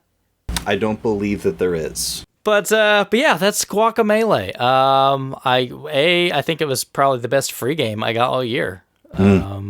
And I loved it. I played the thing all the way through. The orbs were hard to get. It's hard to get all the orbs to get the best ending. Man, there's this one that you have to go vertically through all these crazy thorn things to get to. And man, if you mess up one thing, bam, you're going way back. Start over. It took me hours, but it's such a sense of accomplishment when I got through it. So that's the kind of thing I like. And it was always, that's the thing. It's fair. It was always me. The controls were spot on. Exactly. Yeah. If I die a bunch of times and I'm like, okay, that shouldn't have happened, it frustrates me. But like, if you die and you're like, yep, I did that. Yeah. I mean, that's cool. Fair. That's fair. But yeah, that's my number 4, Guacamelee. Awesome. So, love that game. Crabby. Actually, before we move on, okay. if you don't like the term Metroidvania, what term do you like better? I don't have a term, I guess. I would just I just for some reason just Metroidvania is just kind of it's a whole other conversation. But when you guys were going off on genres in the chat the other day, I was totally the opposite of several points of view there, and I was like, I can't get in an argument right now because I'm at work and I can't really stop to talk about it. But it was so that's when you go for lunch. Yeah, it was. There is no lunch at work. You work through it. But there was. It really opened up some. Like when certain people said things, I was like, that makes total sense that person would say that. Yeah, I know that's pretty cryptic, but I'd love to have that genre discussion at some point. Yeah, we'll have to invite Fleech on. Oh yeah. All right, so Crabby, we're down to number 3. Where are you at? Right. My number 3, coincidentally, has a number 3 in the title. Far Cry 3, it's about time that you played that. Game of the year. Seriously. It's got a physical. No, it was Pikmin 3. Pikmin 3? On the Wii U. Pikmin 3. Pikmin 3. I've loved the first 2, and my wife bought me the remake one on the Wii, where they did the motion controls. New play style. Which was probably the second best motion controls I ever played with. But anyway, so I was looking forward to the third one. I tend to agree with you on that. The new play control on that was awesome. The best waggle control was Punch Out on Wii U with the balance board, right? With the board. No, if you have to know, it was Silent Hill's Shattered Memories. Oh, okay. If you put the little Mac Amiibo on the Wii U board, nothing happens. So anyway, I picked this up, launch window game, one of the reasons I could justify picking up the Wii U so early.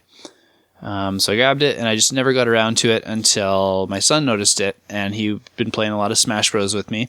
And he really liked the Olimar character, and so I told him this is kind of where he came from, and we plopped it in and decided to take turns finishing, because the way they have it set up is you play as far as you can until the day ends. You have to like get back to your ship before you run out of time. Mm-hmm. Any Pikmin you don't get back to your ship by that time get eaten by monsters at night if they can't escape. No! Yeah. So we take turns each day, getting as far as we can. You're supposed to gather fruit so that you can have something to eat and survive. And you crash land, and your 2 companions that you flew there with are scattered, so you have to go find them. And then once you have them, you have access to more areas because you can like throw one of them over a thing of water, like up a ledge that you couldn't climb up and access other areas. Mm-hmm. And so we kept playing through this together back and forth, and it was the first time where like we've played a lot of games together, but they're usually like, we'll play Skylanders for an hour, we're done. Mm-hmm. We'll play DuckTales, for a couple days, the game's finished, move on to the next thing. This one, because we wouldn't play it without the other there, it was like we'd go pick him up from school, and there's like all we talk about on the way home is like where we could find that next fruit or finish that next puzzle. And it was really cool to share that with them for like weeks instead of just days. Like it was the first time where we felt like we went on a whole adventure together. And it got to the point near the end too where he was feeling really attached to the characters in this game. And one of the final bosses is this weird, like, it looks like like amber from a tree, like sap. And it can, if you're not careful, it will wipe out a lot of your Pikmin, and you hear those little like meow screams when they die, and you just hear them going off like just all the time when we're trying to beat this. And we're in like kind of a dark, kind of spooky cave, and there's all these little Pikmin souls like rising out of them after they die. And we decided to take a break because we're almost out of time to play for the day. It's getting late. We shut it off. We didn't finish the level, and I look over at my son, and he's got a couple tears rolling down his cheeks. Oh no. And so I had to stop and talk to him about it, and he is just totally upset that all these Pikmin died. Oh, he's like, we're not being careful enough. Like they're dying. We need to save them. No man left behind. That is so fun, because honestly, that's when I stopped playing the first game for a little bit. Is the second level when like you get to that spot where like you like encounter like the bird for the first time. And like he just starts eating everybody. Your team. Like, no. And I literally I shut it off. I was like, I can't do that all again. So I didn't play it again for a long time. So that's so funny that you really do. You get attached, and you've really put effort into like gathering and cultivating and planting and having them follow you, and that's definitely how it feels. Yeah, if you lose a whole bunch, you're not just going back to the ship and pulling out another 100. You're spending like 2 days like digging them out and gathering like slowly enough to have a big enough team to take down something big, and then you can get a whole bunch of them all at once. And it's a process. And so we just talked about it, and we were really close to the end, and we kind of decided, we're gonna take another shot at this, and we're gonna be careful, and we're going to try and finish it so we can get some closure on it, and maybe it'll have a happy ending, and everyone will survive. And so we did. We finished it up, and we didn't lose nearly as many Pikmin as the first attempt, and he was really happy. And actually lately in the last couple of weeks he's been asking if we can pull it out again and play through it another time. So we're gonna do that as soon as we're done with this Lego Marvel superheroes we're playing, I think. And you said, well, I'd like to, but all the Pikmin are dead, so we can't play anymore. The Great Pikmin Massacre of 2014. Oh, you didn't read in the news? Blame Monsanto. But yeah, as far as like just gameplay goes too, it was nothing groundbreaking for the series. Other like you get the extra layer of having 3 characters to interact with near the end instead of just one. But it's just a bigger Pikmin world, which I was totally fine with. And the new Pikmin types were all right, but they had new Pikmin types in number 2 as well. Well, interesting. Yeah, okay. Nothing I would have ever thought, but okay. No, yeah. I remember talking about it, but I didn't remember you saying that it was so high up on your enjoyment list for this year. Yeah, well, playing with my son really pushed it up there. If it if it wasn't for him, I don't think it would have been as memorable for me. Nice. Still was like a solid strategy game, but I don't think it would have made my top 10. All right. No, I get that. So, Bill, Yeah. number 3. Civilization Oh, here we go. Beyond Earth.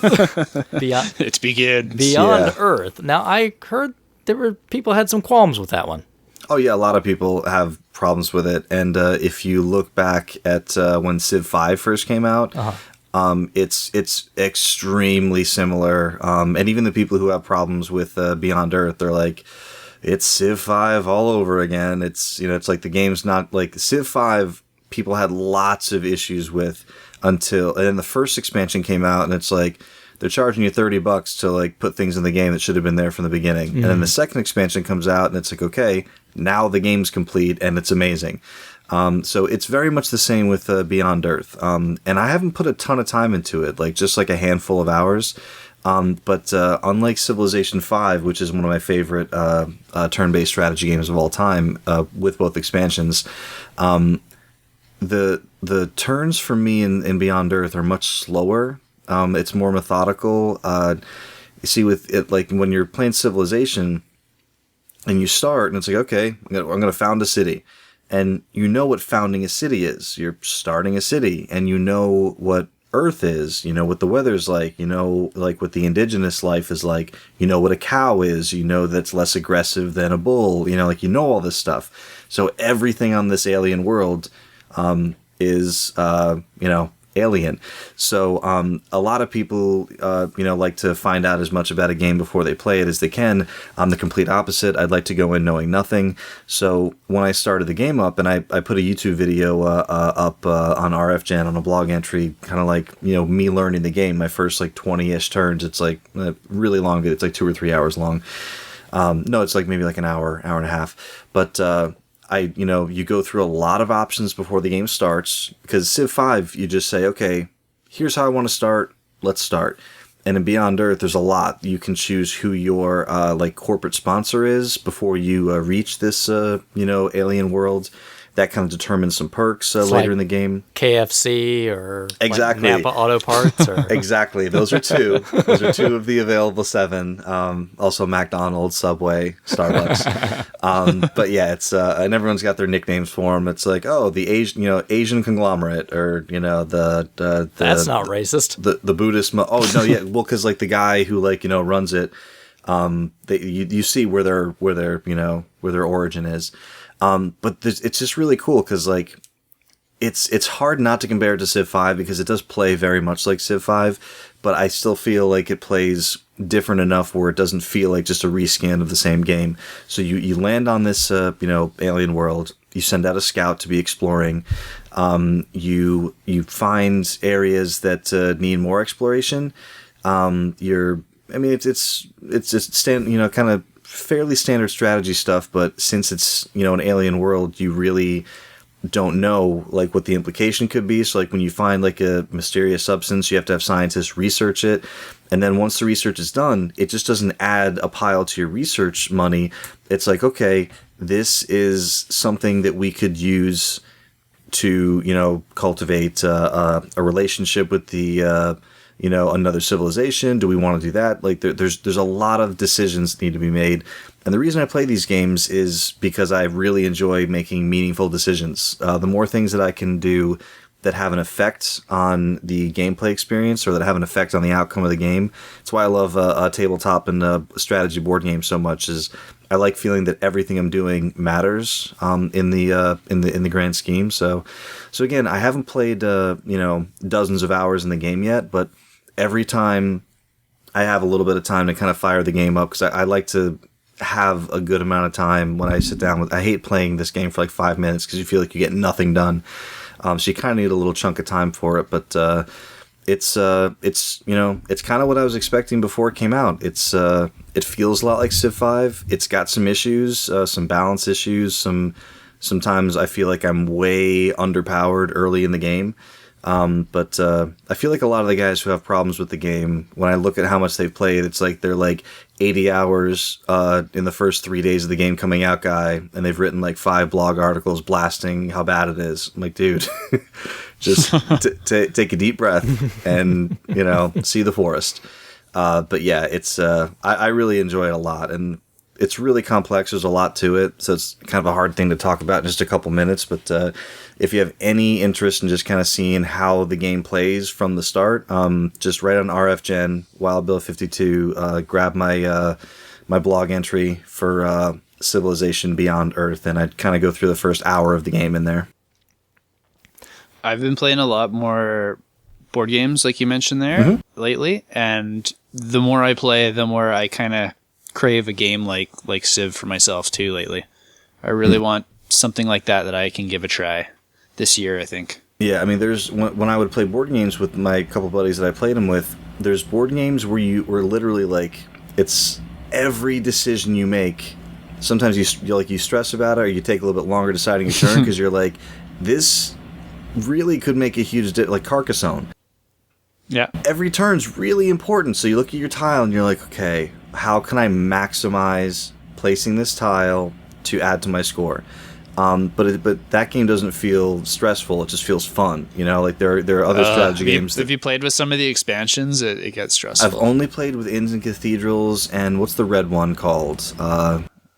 I don't remember. We've our cousin, my wife's cousin, has like 6 different expansions for it, and we played with all of them last time. That's too much. And there's this one where you can add like towers to the board, and then with those towers you can imprison other people's tokens like right out of their towns and stuff. Yeah, and it is the worst thing ever. I'm not into it. Like, I like Inns and Cathedrals, and I like, what's the other one? It's like Hunters and something, or like I forget. But Inns and Cathedrals is great. It just kind of tweaks the game a little bit. But yeah, like, what do you call it? Like Android Netrunner, which we talked about a little bit. Yeah, I've been playing a bit of that lately. That is a game where, like, okay, your turn, and I could lose the game right here. Yeah, does he have a piece of ice or a trap in there? So Civilization is not quite like that, because you can make, a handful of bad turns and, like, still kind of come out on top, but, like, there's really, you sit down, you look at the situation, and you have to look at a lot of things. So it's not just, I think I'll go this direction. It's like, well, is that a hill? Is that a mountain? Is there something bad nearby? How many movement points do I have? How many movement points do I have this turn? How much economy do I have? Should I launch something? Should I be researching something else? And the game does an okay job teaching you this. But I find it's a lot to ask a new player to read a lot of that stuff. It's better if you have, a voiceover saying like, oh, well, this is what you do when you have to come to here. And I find more often when you're learning Civ 5 Beyond Earth, you just hear, like, and even Civ 5, if you have the advisors on, they're like, I have some news for you. And then you have to, like, read the paragraph on, like, the details. It's like, it'd be really great if you had a voice on there that says, oh, well, what an expedition is a voyage, blah, blah, blah. Right. So, that's the same as like a board game. It sucks when you just pull something out nobody knows and you're sitting there with the rule book the whole time. It's awesome to have that one guy who's played before and can walk everyone through it. And the cool thing about board games and strategy games, too, is like all the people who play them, like I've never met one who doesn't like teaching how to play to other people. Because they just want everyone to play this game with them. So that's why I made a How to Play Civ 5 video. It's why I made a, Intro to Civ Beyond Earth video. It's why if anyone ever sees a board game at my house and is like, how do you play Arkham Horror? I'll be like, why don't I just show you how to play Arkham Horror? So, but yeah, having someone... It was just like that with me in Fallout 3. I had like tried it for a bit and I was like, I'm not getting it. And then my father-in-law sat me down for like 3 days, like 4 hours a day, and was like... answered all my questions, and then like 80 hours within the next couple weeks I was like, I love this game. So yeah, it's for me. I like it. Awesome. Now, do you play online or just solo? Nope, just me. Okay. It's like a lot of games. I'm sure I'm not that good at it. Like compared to, like some of the guys who like hang out on the Civ forums and all that stuff. I just enjoy playing it, but I know I wouldn't be good competitively. Okay. But it's a really good spot for me to be in, because when I teach new players, it's not like I'm going to destroy them, because I'm not fantastic at it. I just know how to play. Gotcha. Okay. All right. Well, me, number 3. My number 3 is actually a number 4. And Far Cry 4 is my number 3 pick. I thought this was going to be higher up the list. I thought this was going to be higher up the list. Well, it's got some tough competition this year, but I will say this. I loved Far Cry 4 to death. I mean, Bill and I were just playing the other night. But this game just, and I'm going to probably guess that Bill might have it in his list later. We'll see.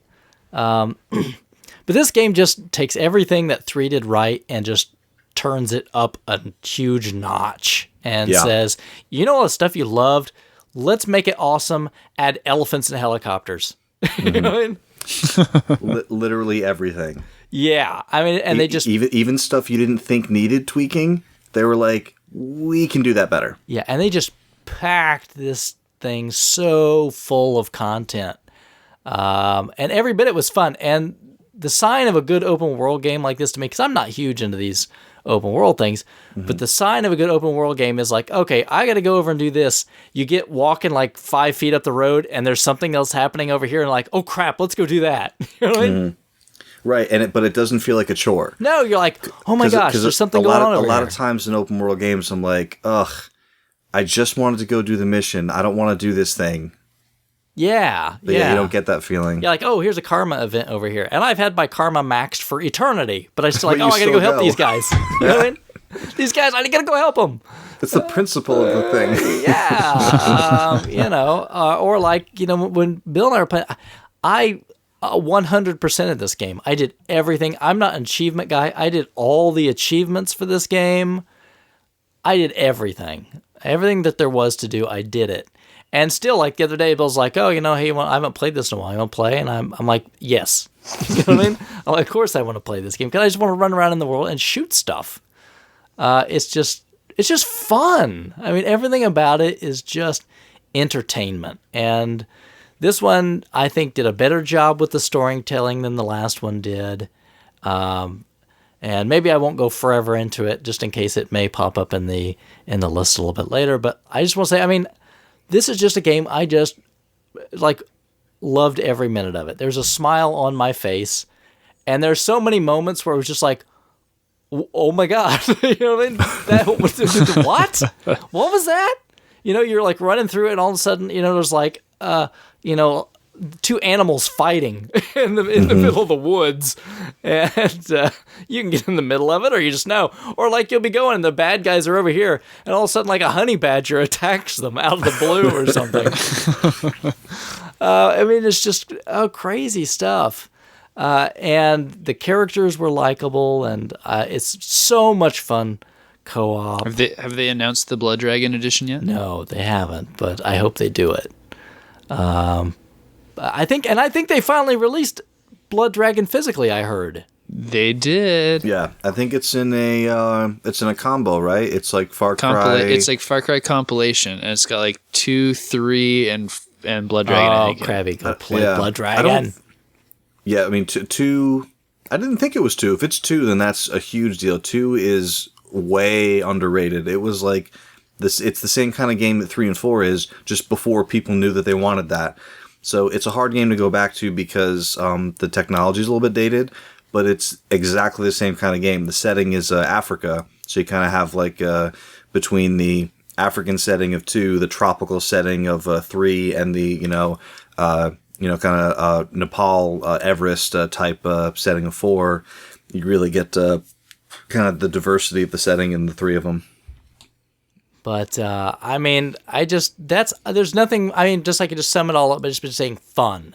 Every minute of the game was fun. And Fun usually, Cry like, 4. Yeah, there's like, usually parts of these games I hate. Like, there's races, right? And usually I don't like those things at all. But these were fun. Because you're like running down the race, and all of a sudden there's some tiger coming at you or something, and you're trying to race.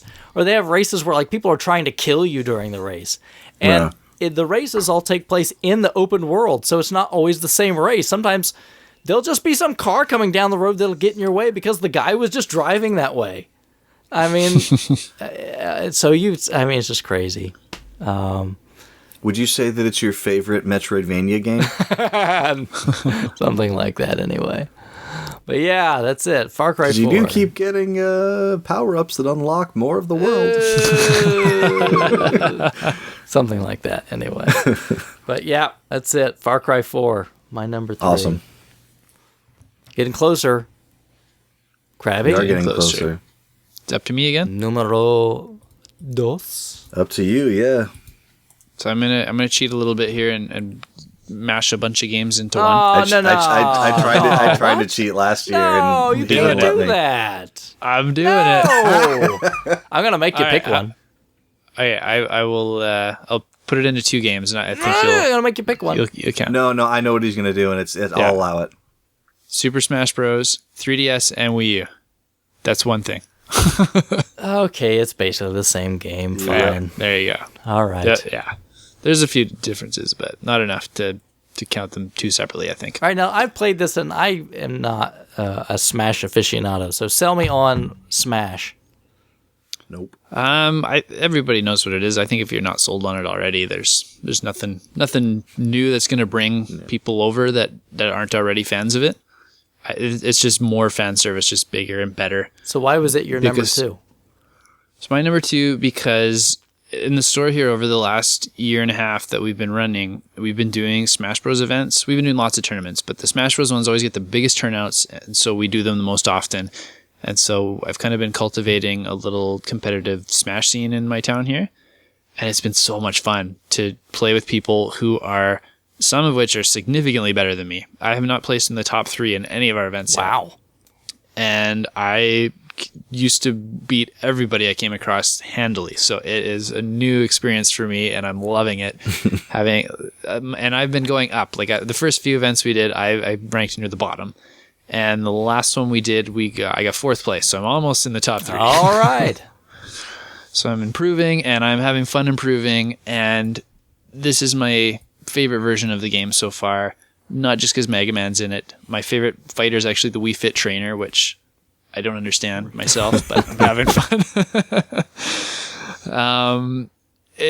We did a 2 versus 2 versus 2 versus 2 tournament just before Christmas. So there was 8 people playing at once, and it was chaotic, and it was so much fun. Everybody was having a blast, even the people that lost because of some ridiculous, 3 people teaming up on them type thing. It's just so much fun, and the challenges are, as usual, really hard. So I've been working away on those single player for a while. They've got the online matches, which I'm not a huge online guy, but they're really nice to have when I'm going to practice for an event. Especially if I'm having trouble against a certain character, it's nice to play matches against like Rosalina if I'm having trouble getting past her. Figuring some stuff out. All the different controller options are fantastic. Like when we did the last event, we had people playing on the gamepad, the Pro controller, the Wii Remote and Nunchuck, and the GameCube controllers. Wow. Yeah, all in the same match. Crazy. So, Yeah. just loving it, be doing what it's doing. Exactly, yeah. It's just doing the same thing it's always done with bigger levels. And they took out some of the weird stuff, like in Brawl. A lot of the competitive guys don't like it because it moves a lot slower. And there's this stupid random tripping mechanism they put in the game. So once in a while, you'll just be running at the guy and fall. And you can't predict it. And there's nothing you can do. So when you're in a tournament level, that is like the worst thing that could ever happen. Right. Yeah. Well, Sounds like a feature. They got rid of stuff like that, and they put like a For Glory mode, they call it, in there, which gives you a version of every level where it's not dynamic. It's just got that level's theme and music, and it's hyper competitive, so there's no things moving around that are going to accidentally kill you if you're not paying attention. Yeah, okay. Yeah, so they've stepped it up to cater to the competitive crowd as well as the casual crowd still, because they've got new crazy items, new crazy assist trophies. The Smash Balls are still in it, and I have fun going back and forth between the two styles of play.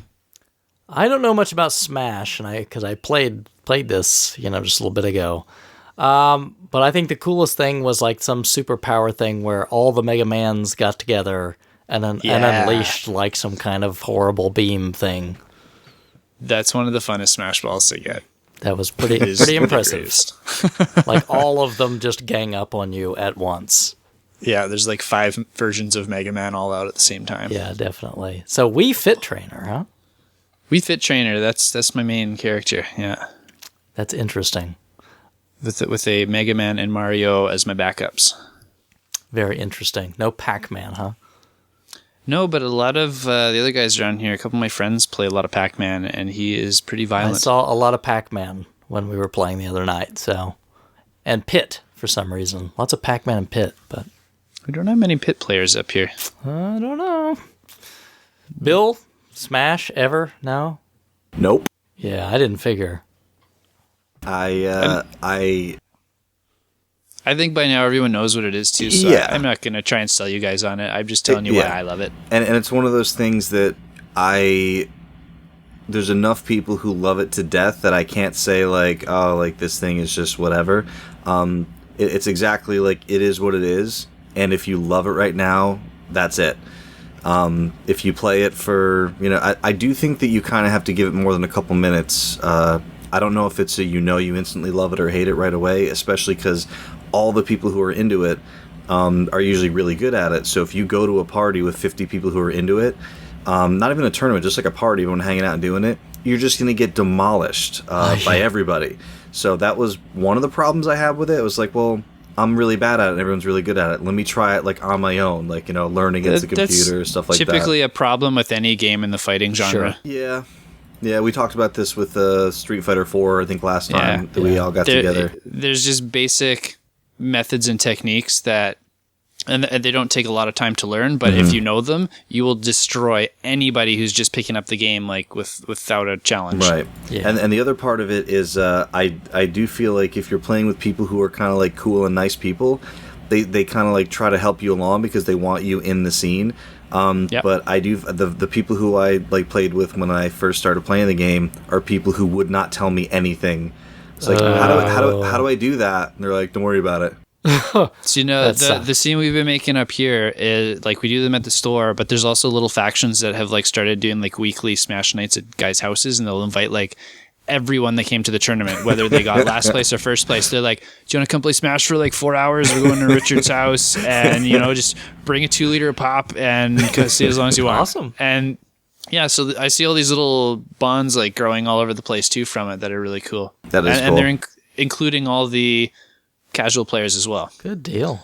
Very cool. And they're like, the casual guys don't necessarily want to get really good at the game. They just have fun playing it. Sure. And you can see the competitive guys go like, hey, you want to learn this technique? And they're like, no, I'm okay.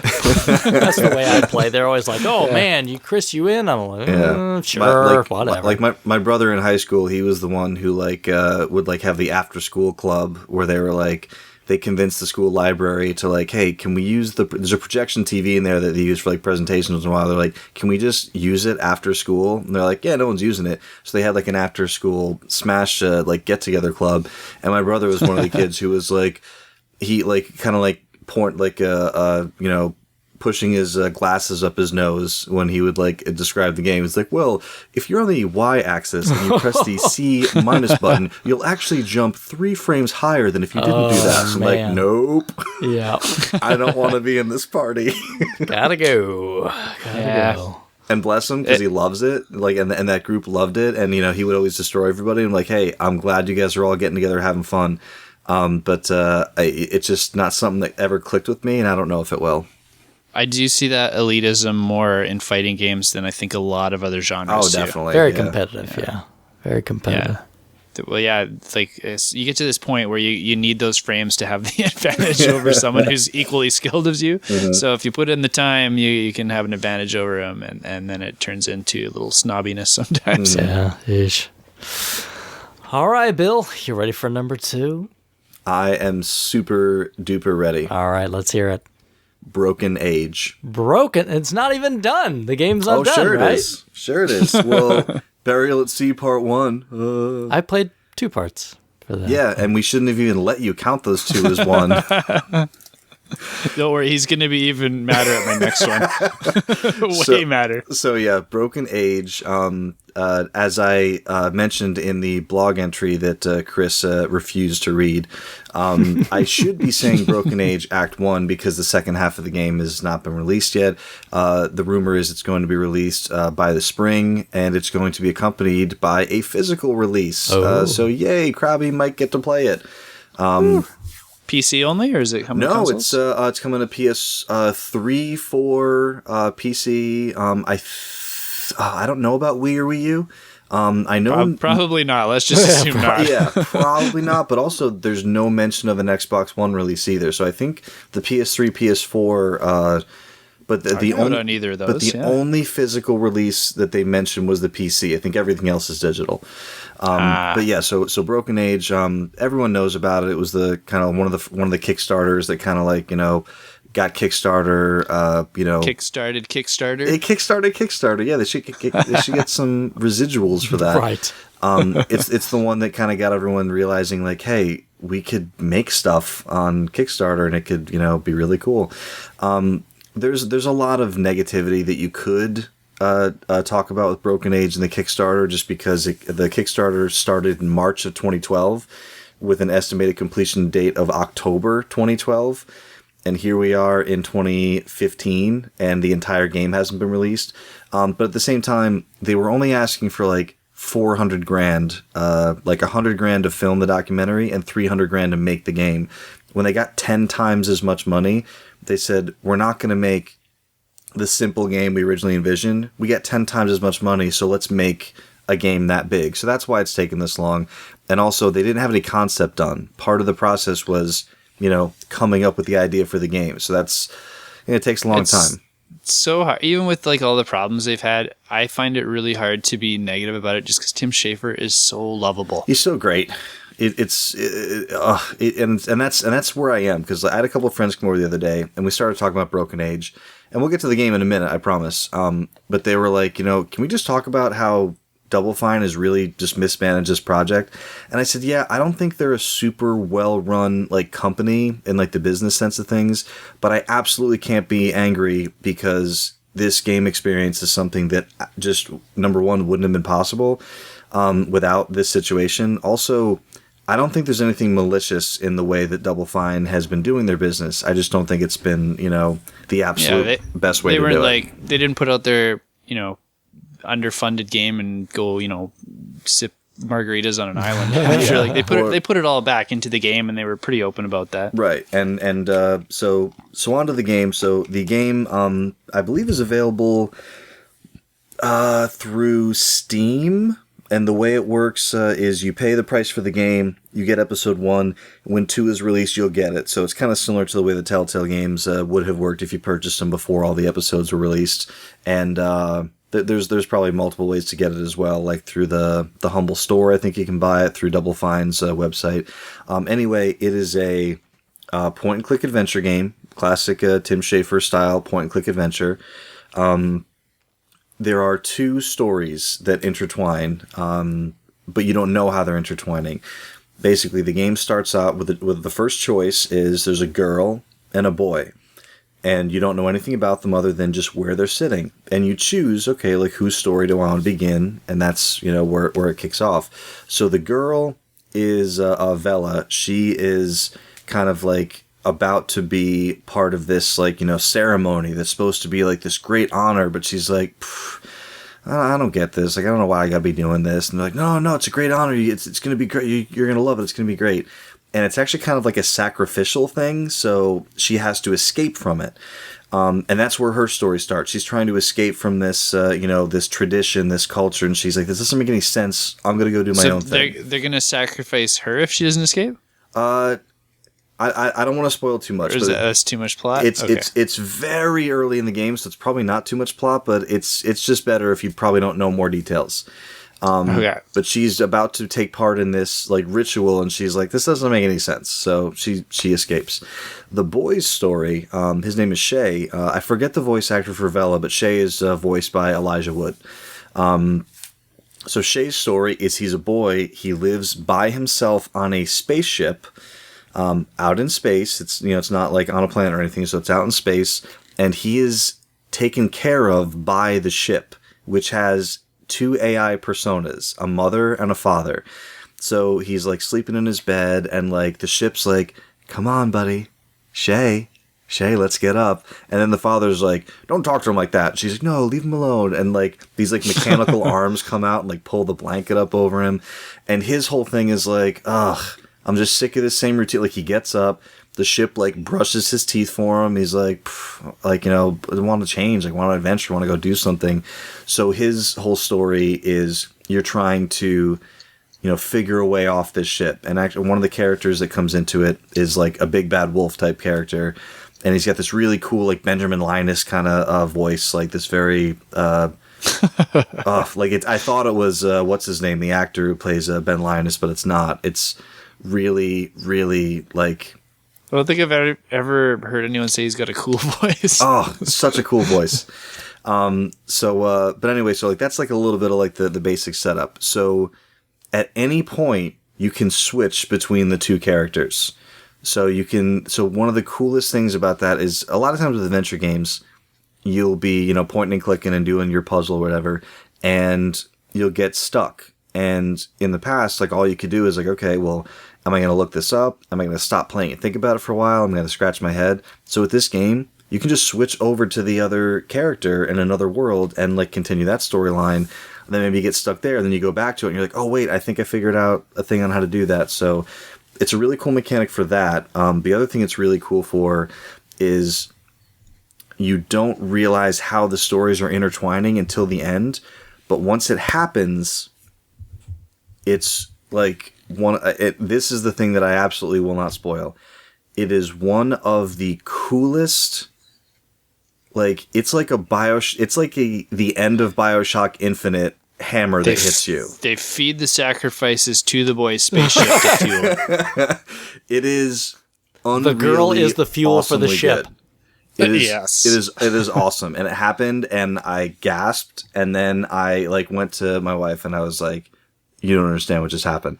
And so it's really cool. So I'm not going to say anything, but it's awesome. It makes the wait for the second part even that much more unbearable. But we're only a few months away. The artwork is just simply beautiful. There's nothing else that looks like it. The artist that they hired for the job is someone who they'd worked with before. His name is Nathan Stapley. His nickname is Bagel, so they just call him Bagel. And all the documentaries are great that came with the kickstarted version. So every couple of months you get like an hour long, kind of behind the scenes look at what they're doing and the voice acting and the writing and the studio and stuff. So it is really cool to kind of see all the steps, like how to make the sausage and everything. But everything about the game it's quintessentially Tim Schafer. And I know this is a running theme with some of my games, but the humor, the artwork, the writing, the charm, just everything about like the story and the characters and the way the world is alive. But on top of that, how clever these puzzles are. A great puzzle and adventure game is something that the problem is presented to you. You think about it for a little while. It's not immediately apparent. And then you think of it and you're like, oh, I know how to do this. And then you do it and you get a response. So you know you're on the right track, but that's not quite the solution. So you're like, okay, you're on the right track. Just take it a little bit further. And then that solves you the puzzle. And they are so gloriously rewarding with how good the puzzles are and how smart they are. So super, super happy with it. For just really, just a joyful experience, and I can't wait to play through it again before part 2 comes out. Now, am I the only person that, like, when there's these episodic sort of things, I like to wait till they're out and then I play it through? I'm 100% with you. When this game was announced, that wasn't the intention. Ah, okay. Since it had been so long since, they said, okay, there's a few ways we can do this. We can either, and the main thing was they ran out of money. How'd they run out of money? Yeah, because it was something like they released a statement. They were like, "Listen, when we got way more money than we thought we ever would, we designed a much bigger game, And as it turns out, we designed a bigger game than the money that we got could provide. So they did a bunch of stuff. They released Brutal Legend on PC, which was only on consoles before then. The Cave, which was a Ron Gilbert project, and what was the other one? I think Stacking was already out, but there was something else they put out. They put out a whole bunch of kind of like projects they were working on. They did fundraisers. They put Brutal Legend on PC. It was all to raise money, to raise more money for Broken Age. They weren't going to ask the backers for more money. They were still going to give them the game, but they were like, we need more money to finish this game. Crazy. So they released the first part. They said, this is what we're going to do. We're going to release part 1 to everyone who bought it. Everyone gets it, like no charge, and you'll get the second part when it comes out. But we're also going to put it up for sale for anyone who didn't back it. So all of these sales from part 1, we're going to fund the continued development for Act 2 or part 2. But I'm totally with you. Like when Walking Dead or when Back to the Future came out, and then later on when Walking Dead came out, I had briefly considered, okay, like I'm going to pay the $20-25, whatever it is, and then whenever a new episode comes out, I'll play it. It's kind of a cool idea. But in practice, I'd much rather have all of them and just go from one right to the other. I have a hard time, playing a fifth of a story, taking a month break, playing the second fifth of a story, taking a month break. So I do prefer the binge. Definitely. Crabby, having recently played some of the like Walking Dead, could you have seen yourself spacing these things a month apart? No, I would have lost interest or forgotten and moved on to something else. There's no way I would have played through all of them if they weren't all neatly together. Yeah, I can see that. See that. All right, so Broken Age. All right, number 2 for me. We're getting down to it. Number 2 for me is Bravely Default. Oh, not what I thought was going to be there. Bravely Default is my number 2. I know probably I won't get any backup on this one, but Nope. I loved Bravely Default because probably mostly because it took the classic route of Final Fantasy games of the 16-bit era and brought it forward into a new, revised, polished package. So it's basically, at its core is kind of like a Final Fantasy V system. It's just they've taken all the stuff that kind of can make Japanese RPGs kind of rough to play at times and just smoothed all that stuff out. So, okay, well, you don't feel like fighting right now? Turn the encounter rate down to 0. No fights. Don't have to worry about it. Do you want to grind for a while? Crank the encounter rate up to 200%, so you don't have to walk around in circles forever. It's just fight. Is the battle animations getting slow for you? Turn it on fast speed, and it moves super fast through that. Like certain sets of combos, set it up, put it on auto. It'll keep doing the same thing every fight. And the depth of all the skills that you can get through all the different jobs that come through, you can mix and match those. Again, very similar to kind of like Final Fantasy V. And it just made for an extremely rich battle system, which is key. And I love turn-based battles. And it just did that sort of thing perfectly. The story itself, it was what it was. It's your typical, again, sort of 16-bit RPG-ish kind of story. So it's not setting the world on fire. It had some unique twists to it, but for me, it's always the gameplay that drives me to it. So if it's something that I can sit and kind of really go through, and I can grind, I got all my guys, like all the maximum levels, all the jobs, the maximum levels. I did like all the side content, optional bosses. I did all of it. And even the ending kind of came together really well. And it was a challenge all the way through. It's not like where a lot of these where, I am maxed out. I can walk all over everything that exists. You can't do it, even at that. You still have to really stop and think through your strategies with the bosses. And the optional bosses are even much harder than that. So you really have to have an idea of what you're doing and how to really work the system to be able to get anywhere with it. So it just takes everything and it puts together in a really great handheld package. Pop it open, do some fights, play a little bit, close the lid, come back to it whenever you like. It's everything that I want in a Final Fantasy game and that they've left behind. And so I was just really thrilled to death to play Bravely Default. I remember when all you guys were playing this. I feel like everyone, like, it was, well, like, Floyd, you, Crabby, did you play it? I played it much later than Floyd and Chris did. Yeah, I remember you guys chatting about it a lot, just, like, kind of, like, in one of the conversations we were having, and I remember how much you really enjoyed it. And I think I downloaded the demo, and I don't think I gave it enough time. I played it for a couple minutes, like, one night, and it wasn't really clicking, and I was like, I'll play it again when I have some more time to see if it clicks. And I just never fired it up again. But it's one of the games that's still on my to-play list. And Crabby, did you just fizzle? We're talking games up here, so I don't want to get too much into it. But I tried it just about a month ago, and I had some problems I couldn't get past to enjoy it. But all the stuff you like, the way you just described it, sounds so good to me. But I couldn't get past some other things and get to enjoying the good stuff.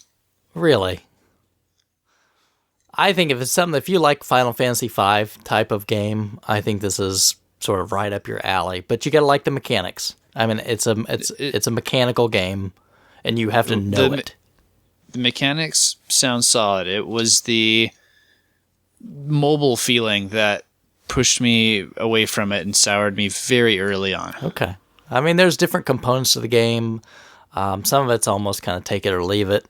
I don't know. But when I can deal with take it or leave it, but there was like reminders that they're always there constantly, which really took me out of the game. Okay. All right. But for me, it was fantastic. It was everything that I've been looking for in a JRPG for years. And it was like finally somebody listened and somebody understood what I wanted and gave it to me. I'm like, sell me this stuff all day long. I'll buy it. Just do it right. It's the kind of game I love. And it just seems like everybody's given up on good turn-based RPGs of that kind of, especially Square. Square had kind of just totally forsaken its lineage. They're going all action. Yeah. All the time. Yeah. And it was such a breath of fresh air to get this again, to kind of go, great. And then to know that there's a sequel coming. So it's like, done, sign me up, whatever it is, I'm buying it day one. My sort of thing. So to me, it was fantastic. I totally did everything I could do in that game. Loved every minute of it. Great. So that's going to take us down to last spot, right? Number 1. Last spot. Oh, man. All right, Crabby. Number 1 for 2014, sorry. 2014. Skip and it. This is going to get even sloppier than the last one where I pushed 2 together. Come on, it's man. Gonna get very Can you messy. just pick a game? I hope my explanation will tie it together for you and you'll be satisfied. Probably not, but go ahead. Okay, how about this? At the end of my explanation, if you are not satisfied, I will pick a game. Excellent. How about at the beginning of your explanation if I'm not satisfied? No. All right. All right. So to begin the tale. There's a tail. Yes. At the very tail end of 2013, I met a gentleman through my store who was trading in like the best stuff you could imagine, like Turbo Duos, like that Contra Force that went to Bill came from him, like complete in box. Like it was just amazing the stuff the guy's bringing in, and every 2 days he was bringing in like a box full of it. And so I'm talking to him, and he used to own a store kind of like mine, like 10 years ago before I lived here. And he's got a lot of this stuff still. He still plays and buys a lot of games, but he's like, these are things I can part with. I don't play anymore. I don't see myself playing with them. I had one last night with most of these things with my friends and got it out of my system. And so we're talking about our favorite series after a while. And then at the start of 2014, we decided we both just, Mega Man's like way up there for both of us. And neither of us have gone through all of the X games. We've gone through some of the X games. So we came up with the plan that every Thursday I was going to go to his house. We were going to boot up a Mega Man X game, and we were going to play through 1 through 8 all chronologically. So my number 1 is the Mega Man X series. I am not satisfied. I'm not done with it. Not done yet.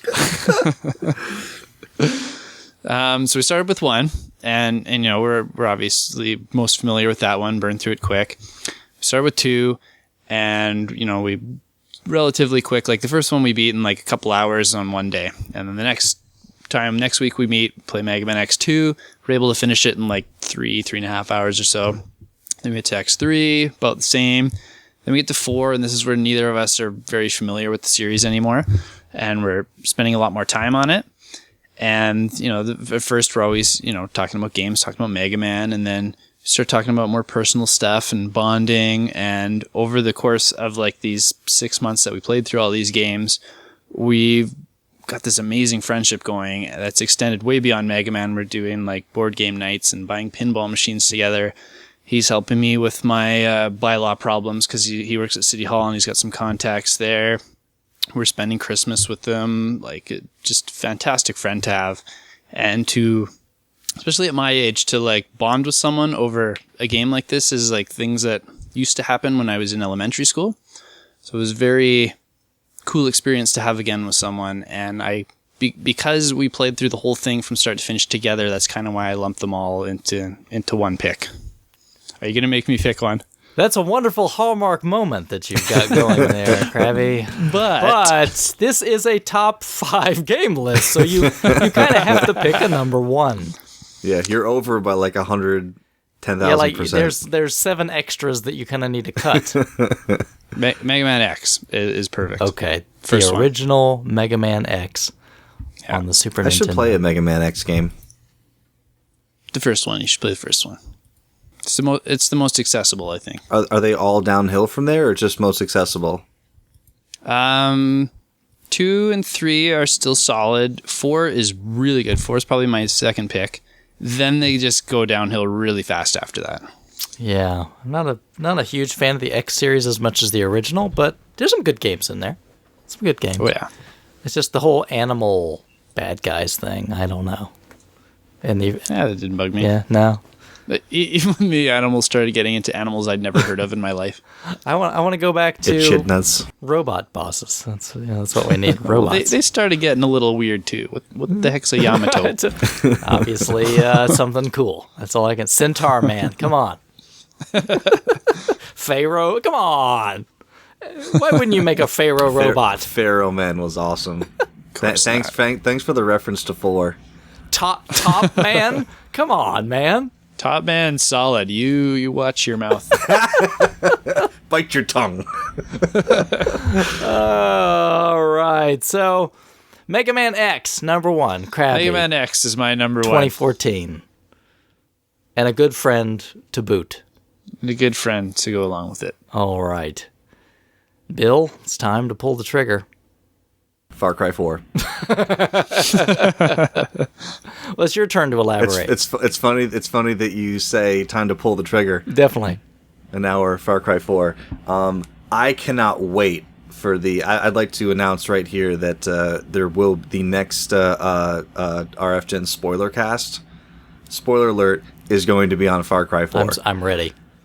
Far Cry 4 is because last year, if you remember, I tried to pull a Crabby for my number 1 pick. And pick 2 games that were so similar, and so not similar, but they were same developer, same kind of type of game, even though like the view is a little bit different.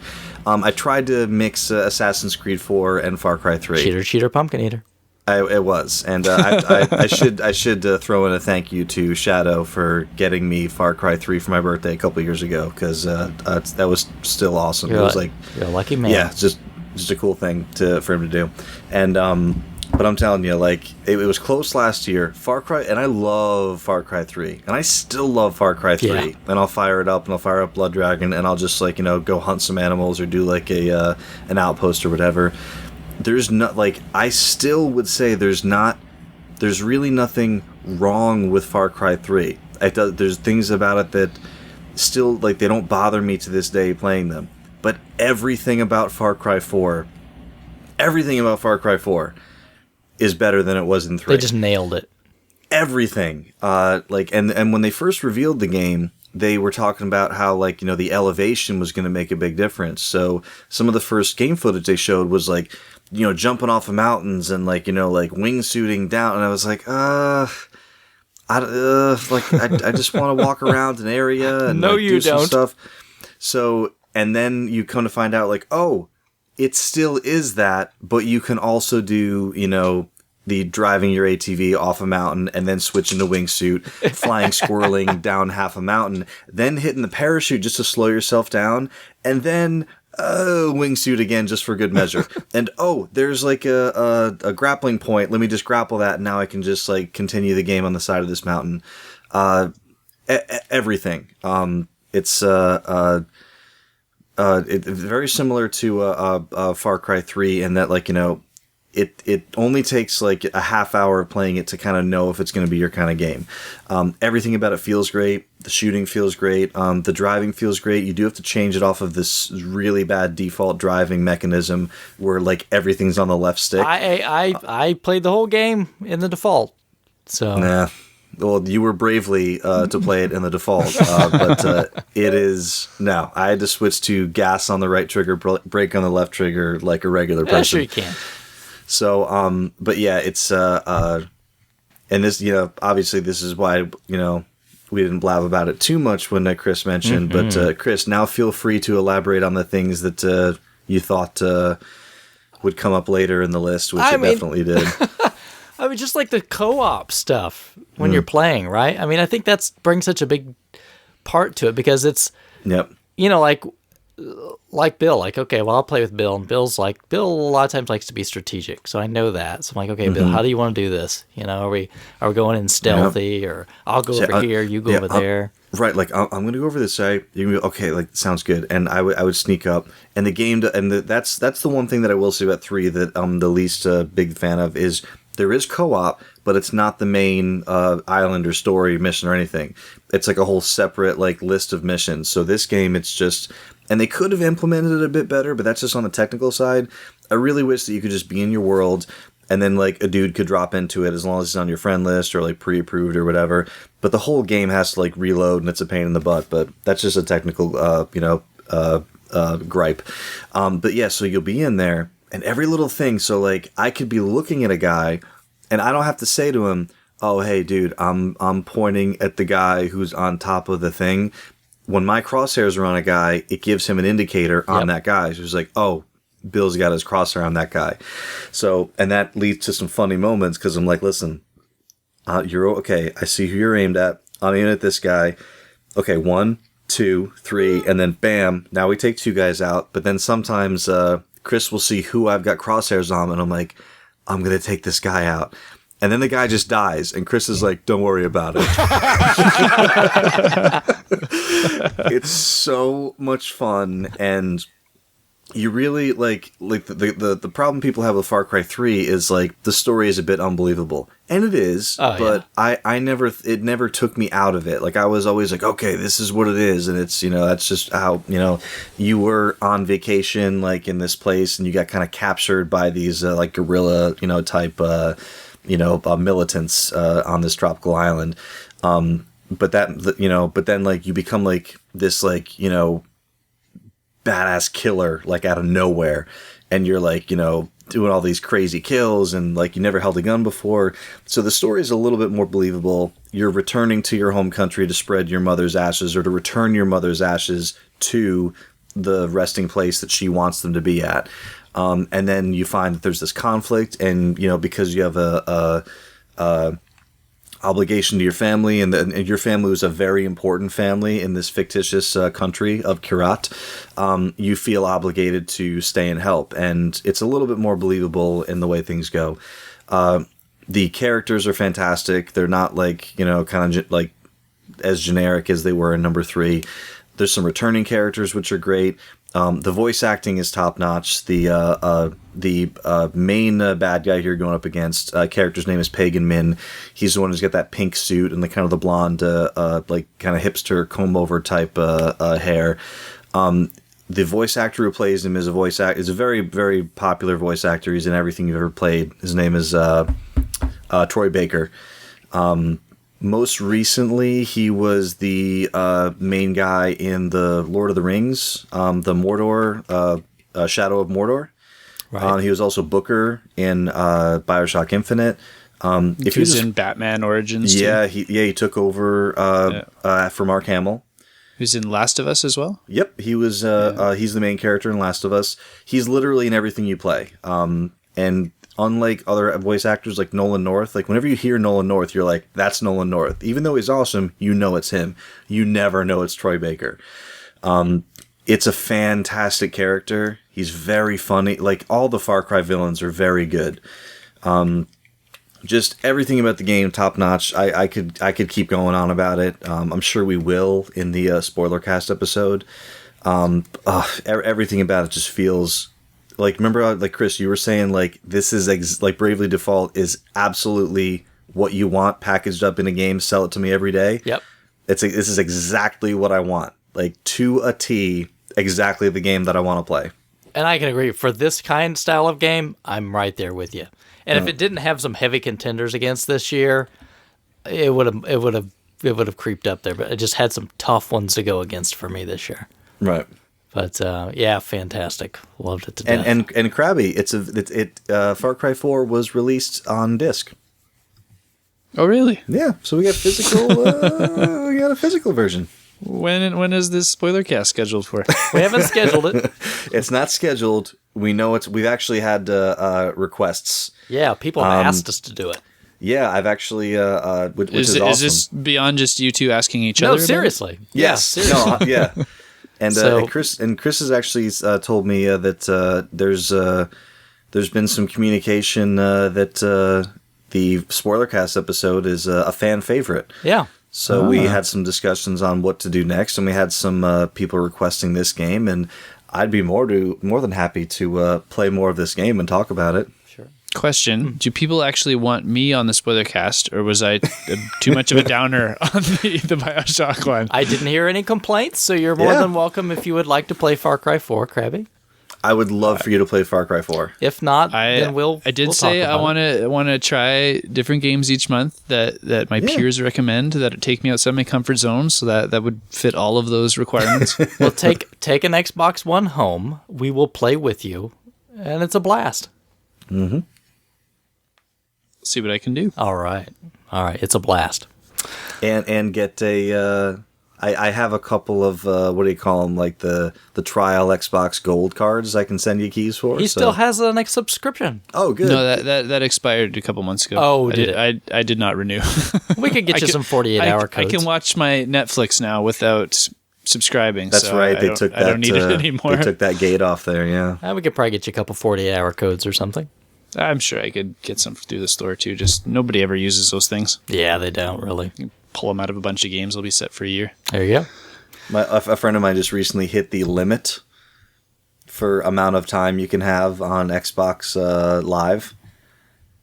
For free? No. I guess. Well, he just he had purchased or gotten as gifts several 1-year cards. Yeah. So he was, but he also he collects the 2-week cards. He'll go to a store, open up all the cases, and take all the 2-week cards that are in the case out.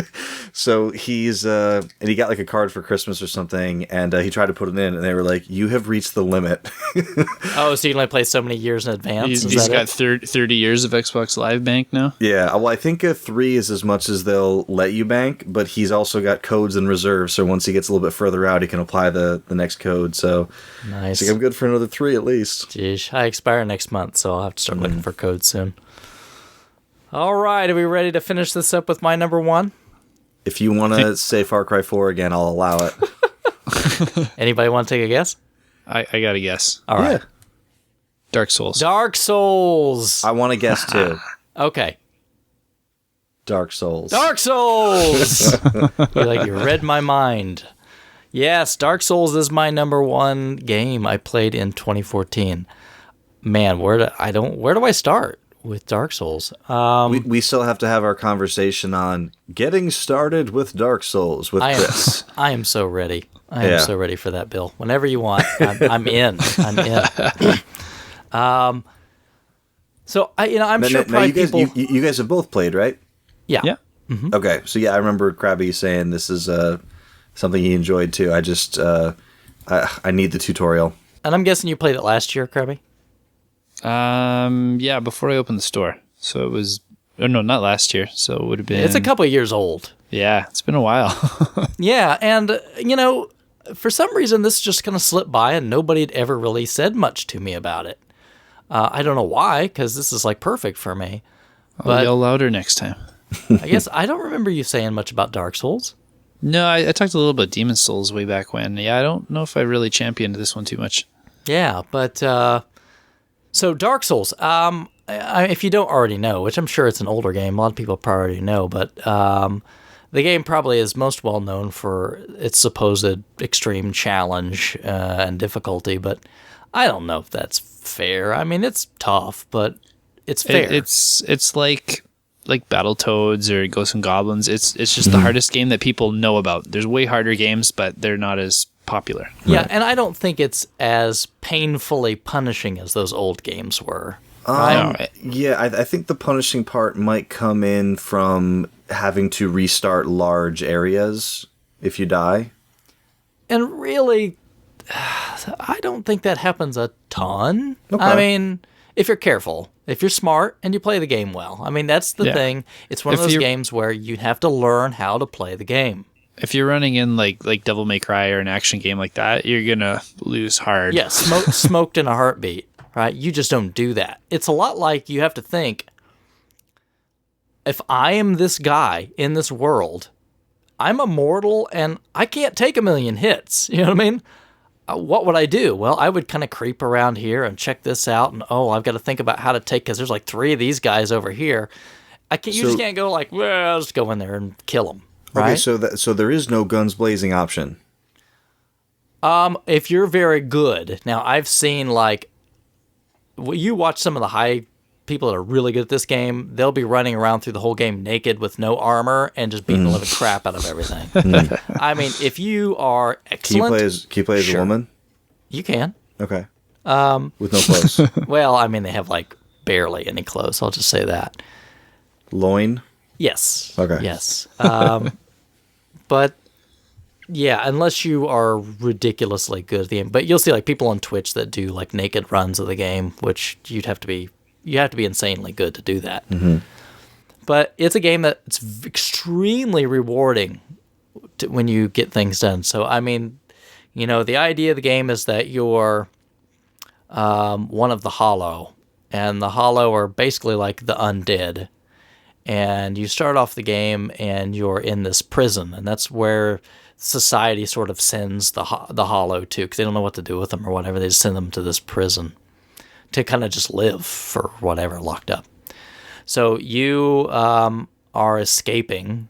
I don't even know if they really explain why you're getting out. I don't remember, but it's a prison. Why wouldn't you want to get out? Right, but you are sort of like some chosen one, right? Of course, you always are. Are you describing Eco? No, I don't think so. Kind of sounds a lot like the beginning of Eco. So that's it. You finally not too long. You get your way out of the prison. You end up in this world of Lordran, and the best thing I think at all about the game, or at least to me a huge thing, is that it is this real connected world where it's not like some of these games where it's like, I'll go to level 1 and then I come back to the hub and I'll go to level 2. Everything connects to everything. So you might go down this one path, you go in through something, you're finding a way around, and all of a sudden you find some elevator or door that opens up and you're like, holy crap, I'm back over here where I was before. Now you have this quick and easy way to get back to this other area that you couldn't do before. So you'll open up these shortcuts so you can kind of traverse the whole world, but it's not crappy like, it's a warp to be here. No, I mean, they literally all connect in this world. And it gives you a wide variety of classes. It's sort of this medieval kind of story to it where you can, you could be a warrior, you can be a rogue kind of character. You can use, there's like 3 different kinds of magic that you can use. And it's very much has a lot of RPG trappings. There's stats and everything. And if you really have to understand how the stats work, and, you have to live and die via your combat skills. And the bosses are tough, and you have to really learn how they work and use smart tactics to beat them. I don't know. I mean, Crabby, anything you'd want? Oh, and there's multiplayer, right? So you can either bring in people that want to co-op with you, or you can also fight people if you want to do that too. So, I mean, I don't know. Crabby, would you add anything? I think you hit all the main points and then a few. All the trappings of Dark Souls and why they are good. Yeah, it's just so well done. What would you say to the people who are afraid of the reputation of the difficulty of the game? Just learn the mechanics, right? Learn how the systems of the game work, and you'll be okay. Take it slow. Don't assume you know how to play it right off the bat, and don't compare it to another game and run in and try and play it like that other game. Right. It's Dark Souls. Yeah. Were you guys both able to play and figure it out on your own, or did you need to have someone show you or watch a YouTube or Twitch video or something? I read some tutorials that explained to me how the leveling system worked and how the weapon system worked. Because when I was first playing the game, I didn't understand. I'm like, okay, well, what should I level up? I don't really understand all, because you got these stats, and the game doesn't tell you very much. Right, and that was one of my main problems when starting. And then when I first started, and you can choose like a perk or something, like you can choose like an item to take with you or something like that. Yeah. And I was talking to my sister's boyfriend, who loves, and my sister's boyfriend, he's kind of one of those guys, like he'll play like FIFA 11 months out of the year, and then he'll play like one other game, something that interests him. That other game was Dark Souls, and he, like for months, it was the only thing he played. He loved it. So I was talking to him about it, and I said, yeah, so I started playing, and like I took this item, and he was like, ugh. And he was like, you should have taken this. And I Always was like, take the master key.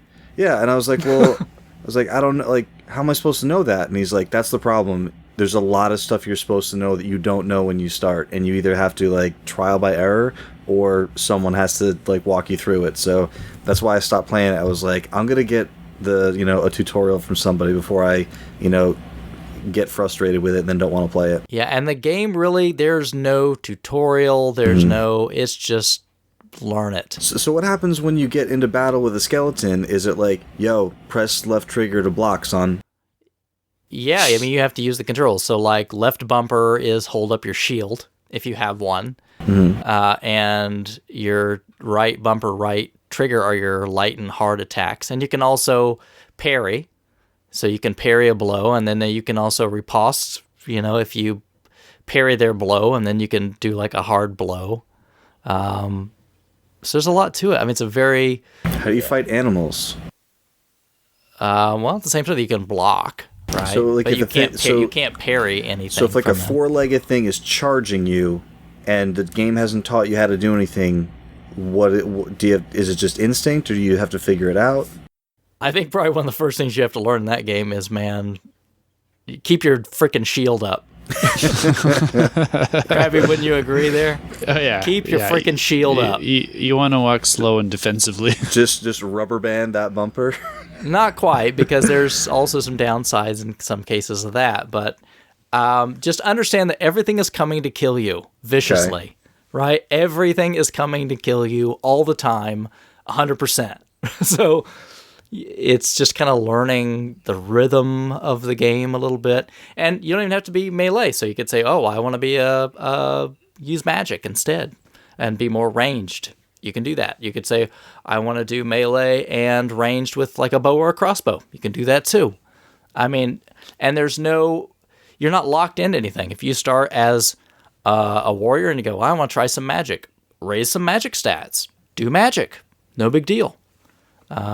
You start out as a caster and you go, oh, you know what? I really kind of need some melee. Do melee. Now, of course, you're probably better if you try to focus on one thing or the other, but the game doesn't stop you from... You start out as Castor Troy? Something like that. No, Pollux, actually. Oh, Pollux Troy? Exactly. I want to take his face. We got a fan over here. Right. But I found, speaking of that, that's one of the things that I found in Skyrim is I was very much fretting the decision on my class early on. Yeah. And then as you get further in the game, it's like, just use magic. Like, raise the stats up, like, get some magic perks, and you can switch to magic. So then when people are starting the game, I'm like, listen, don't, spend 3 days deciding a class, pick the one that sounds really good to you. You can always kind of, like, move your stuff around. So it kind of sounds like you can do that to a certain extent in this game? Yes. Okay. There's nothing stopping you from raising any stats. It's just if you pick warrior, the stats for using magic are going to start off really low. So it's going to take you more to get them up to what you need. Whereas opposed if you know you want to use magic going in, pick that class, you'll start with higher stats in that area, weaker physical combat stats. Now, is it one play character that you keep, or do you play multiple playthroughs with different classes, different characters? You have different save slots, so if you want to make different runs with different character types, feel free. How high does the leveling system go? Oh, God. I don't know if you could ever cap it. Really? Okay. Well, I suppose you could, theoretically, but probably like level 300 something. I don't know, because you could get every stat to 99, but it would take you probably forever. Mm-hmm. And the stats kind of plateau. Their benefit starts to plateau, so beyond a certain point, you don't get as big of a boost. So you probably it would not be worth your while. And you wouldn't need to be that strong anyway. I mean, God almighty. You should be able to beat the thing, not with being like that kind of crazy level. But I don't know what else to say other than just it's fantastic. I just had a fantastic time with it. I love to come back to it. I was thinking about the game. It's just one of those things where I just wanted to keep going back to it. Even when I die, I'm like, it'd be a little frustrating. So I'm like, oh, I can do this. And, it might seem punishing to die and whatnot, but it's never bad. I mean, I never had a point where I went like, screw this. I just went, okay, I got to do it better next time. And that was it. It was really good. So that is our top 5. Now, I think, did somebody say they had special mention?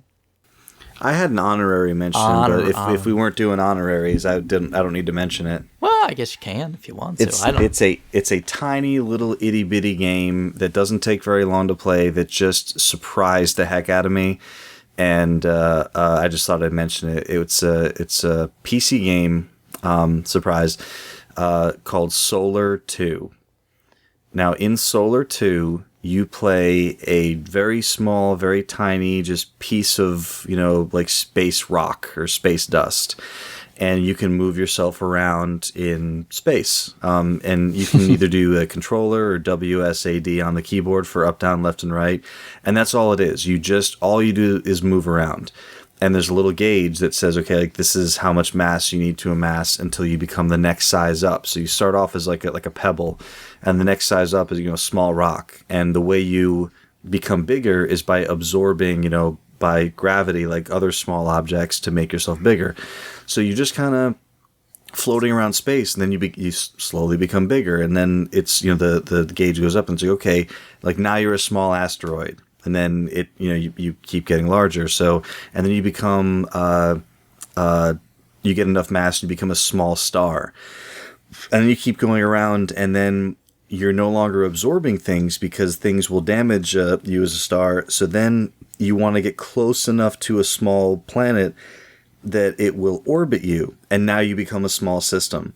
And now that you've got, and so you do that for 3, 4, 5, 6 different planets. Now, each of those planets can get larger by absorbing asteroids, or you can position them to have other things orbit them.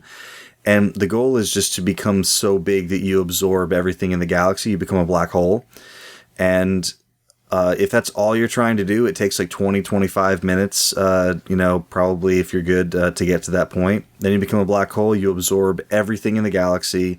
You can be eaten by other bigger black holes, so you got to be careful. But once you get big enough, like the Big Bang happens and like the universe is shattered, and then you start off again as like a little piece of rock, and it's just so I don't even know the word, but it was in my Steam library from some Humble Bundle sale a while ago. I fired it up, and like an idiot staring at my screen, like flying around space for like, a couple hours. It was so cool and so different and so fun. Like, just describing it, you're like, who would ever have the thought to do this? But it's just so serene and so peaceful. And, besides for smashing into things in space to increase your mass.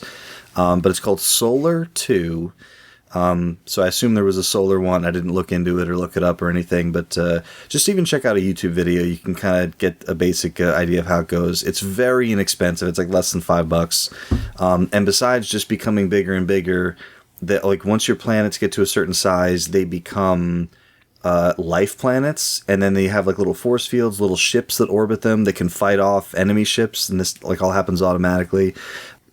But besides that, there's like if you just don't want to like keep read every 20 minutes, just redo your universe, you can save systems. So like if you have like 8 planets and they're all really highly leveled up, you can save that system. So if like you accidentally run into something bigger or something destroys you, you don't start again as a little space rock. You can like load that system up and start again from there. Also, there's challenges. So you'll go up to a little planet and it's like, protect it, like show this planet you can protect him. So then he becomes part of your system, and all these enemies come in, and you have to protect that planet. So there's like a dozen challenges for just kind of like achievements or like extra fun or whatever. But it was a real big surprise for something that simple and that just small to really kind of just grab my attention for as long as it did. And it's just really cool and unique and interesting, and I wanted to mention it. Cool. So it's like Katamari in space. Is that? Yeah, it gave me kind of that sort of vibe because Katamari, you're just like, just keep absorbing. And this thing, it's not quite that because you have to absorb for a while, but then the opposite happens. And like, okay, I can't just, at first you're trying to crash into things so you absorb and get bigger, but then once you become a star, doing that same thing will damage you and make you a smaller star. So you want to gain mass, not lose it. So the strategy changes depending on what kind of phase of life that your interstellar body is in or your celestial body is in. But just really, really, really, really, really unique and interesting and cool, and I liked it a lot. Interesting. All right. Anything else to add, Crabby? I guess my honorable mention would just be that the Wii U was fantastic for me this year. In my top 10 list, I've got like half of it is Wii U games. Well, yeah, I know you had a pretty good time with it. That's for sure. Bayonetta 2, so good. I got to get there. Oh, man, so my backlog is so big. So big. I know it. All right, well, thanks everybody for listening to our top 5. We'd be interested to hear what your top 5 is for the games that you played in 2014, new, old, or otherwise. Tell us why our ideas or our list was good or why we stink or whatever you like. But give us some feedback. We'd like to hear from you.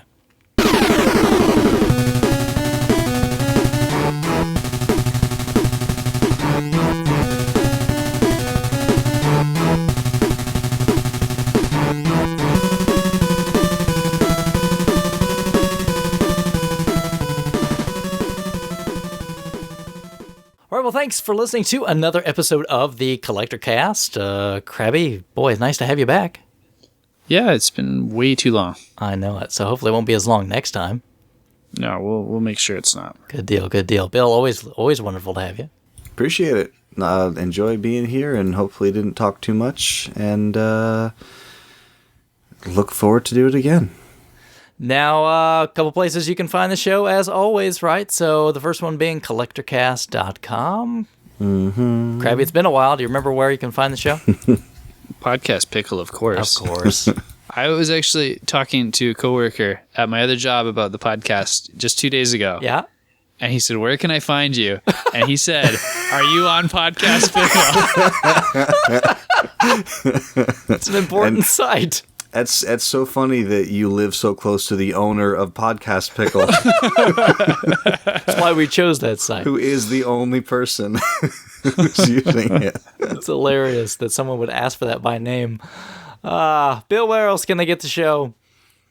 Where else do you need? You got the pickle, and but no, it's you can. You mentioned RF Generation. Well, we mentioned RF Generation throughout the show, but rfgeneration.com is where we post the show. We're right in the front there, and it's where all of our hearts lie. Mm-hmm. And we also are on the major places. So iTunes, you can catch us and subscribe there. You can get us on Stitcher if you want to download the Stitcher app. Yeah. Podomatic has an app, so if you want to download that one, you can catch the show that way. You can get it where Crabby used to post NES completion videos. Hey, I'm working on one right now. Oh, cool. Hey. Cool. Yeah. What's the next one? Well, they're doing the Kid Icarus playthrough on RF Gen right now, and I haven't done Kid Icarus for my channel yet.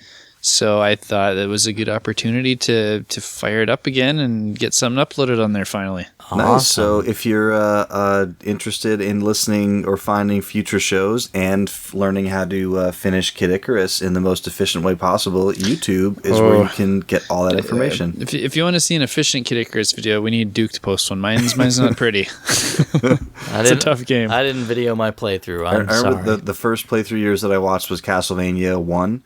And I got like halfway through it, and like you died and started at the beginning, and I was like, that's so cool that I get to see him learning, like, you know, the little bits of the game that he's got to get better at. Oh yeah, there's lots of learning parts in my videos. Absolutely.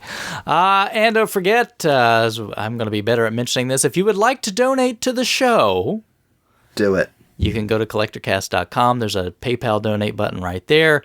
Please feel free. Anything is fantastic and greatly appreciated. Join the elite ranks of Disposed Hero and Wrestling Man. That's right. That's right. And keep in mind, everyone gets a chevron to sew onto their jacket. No, they don't.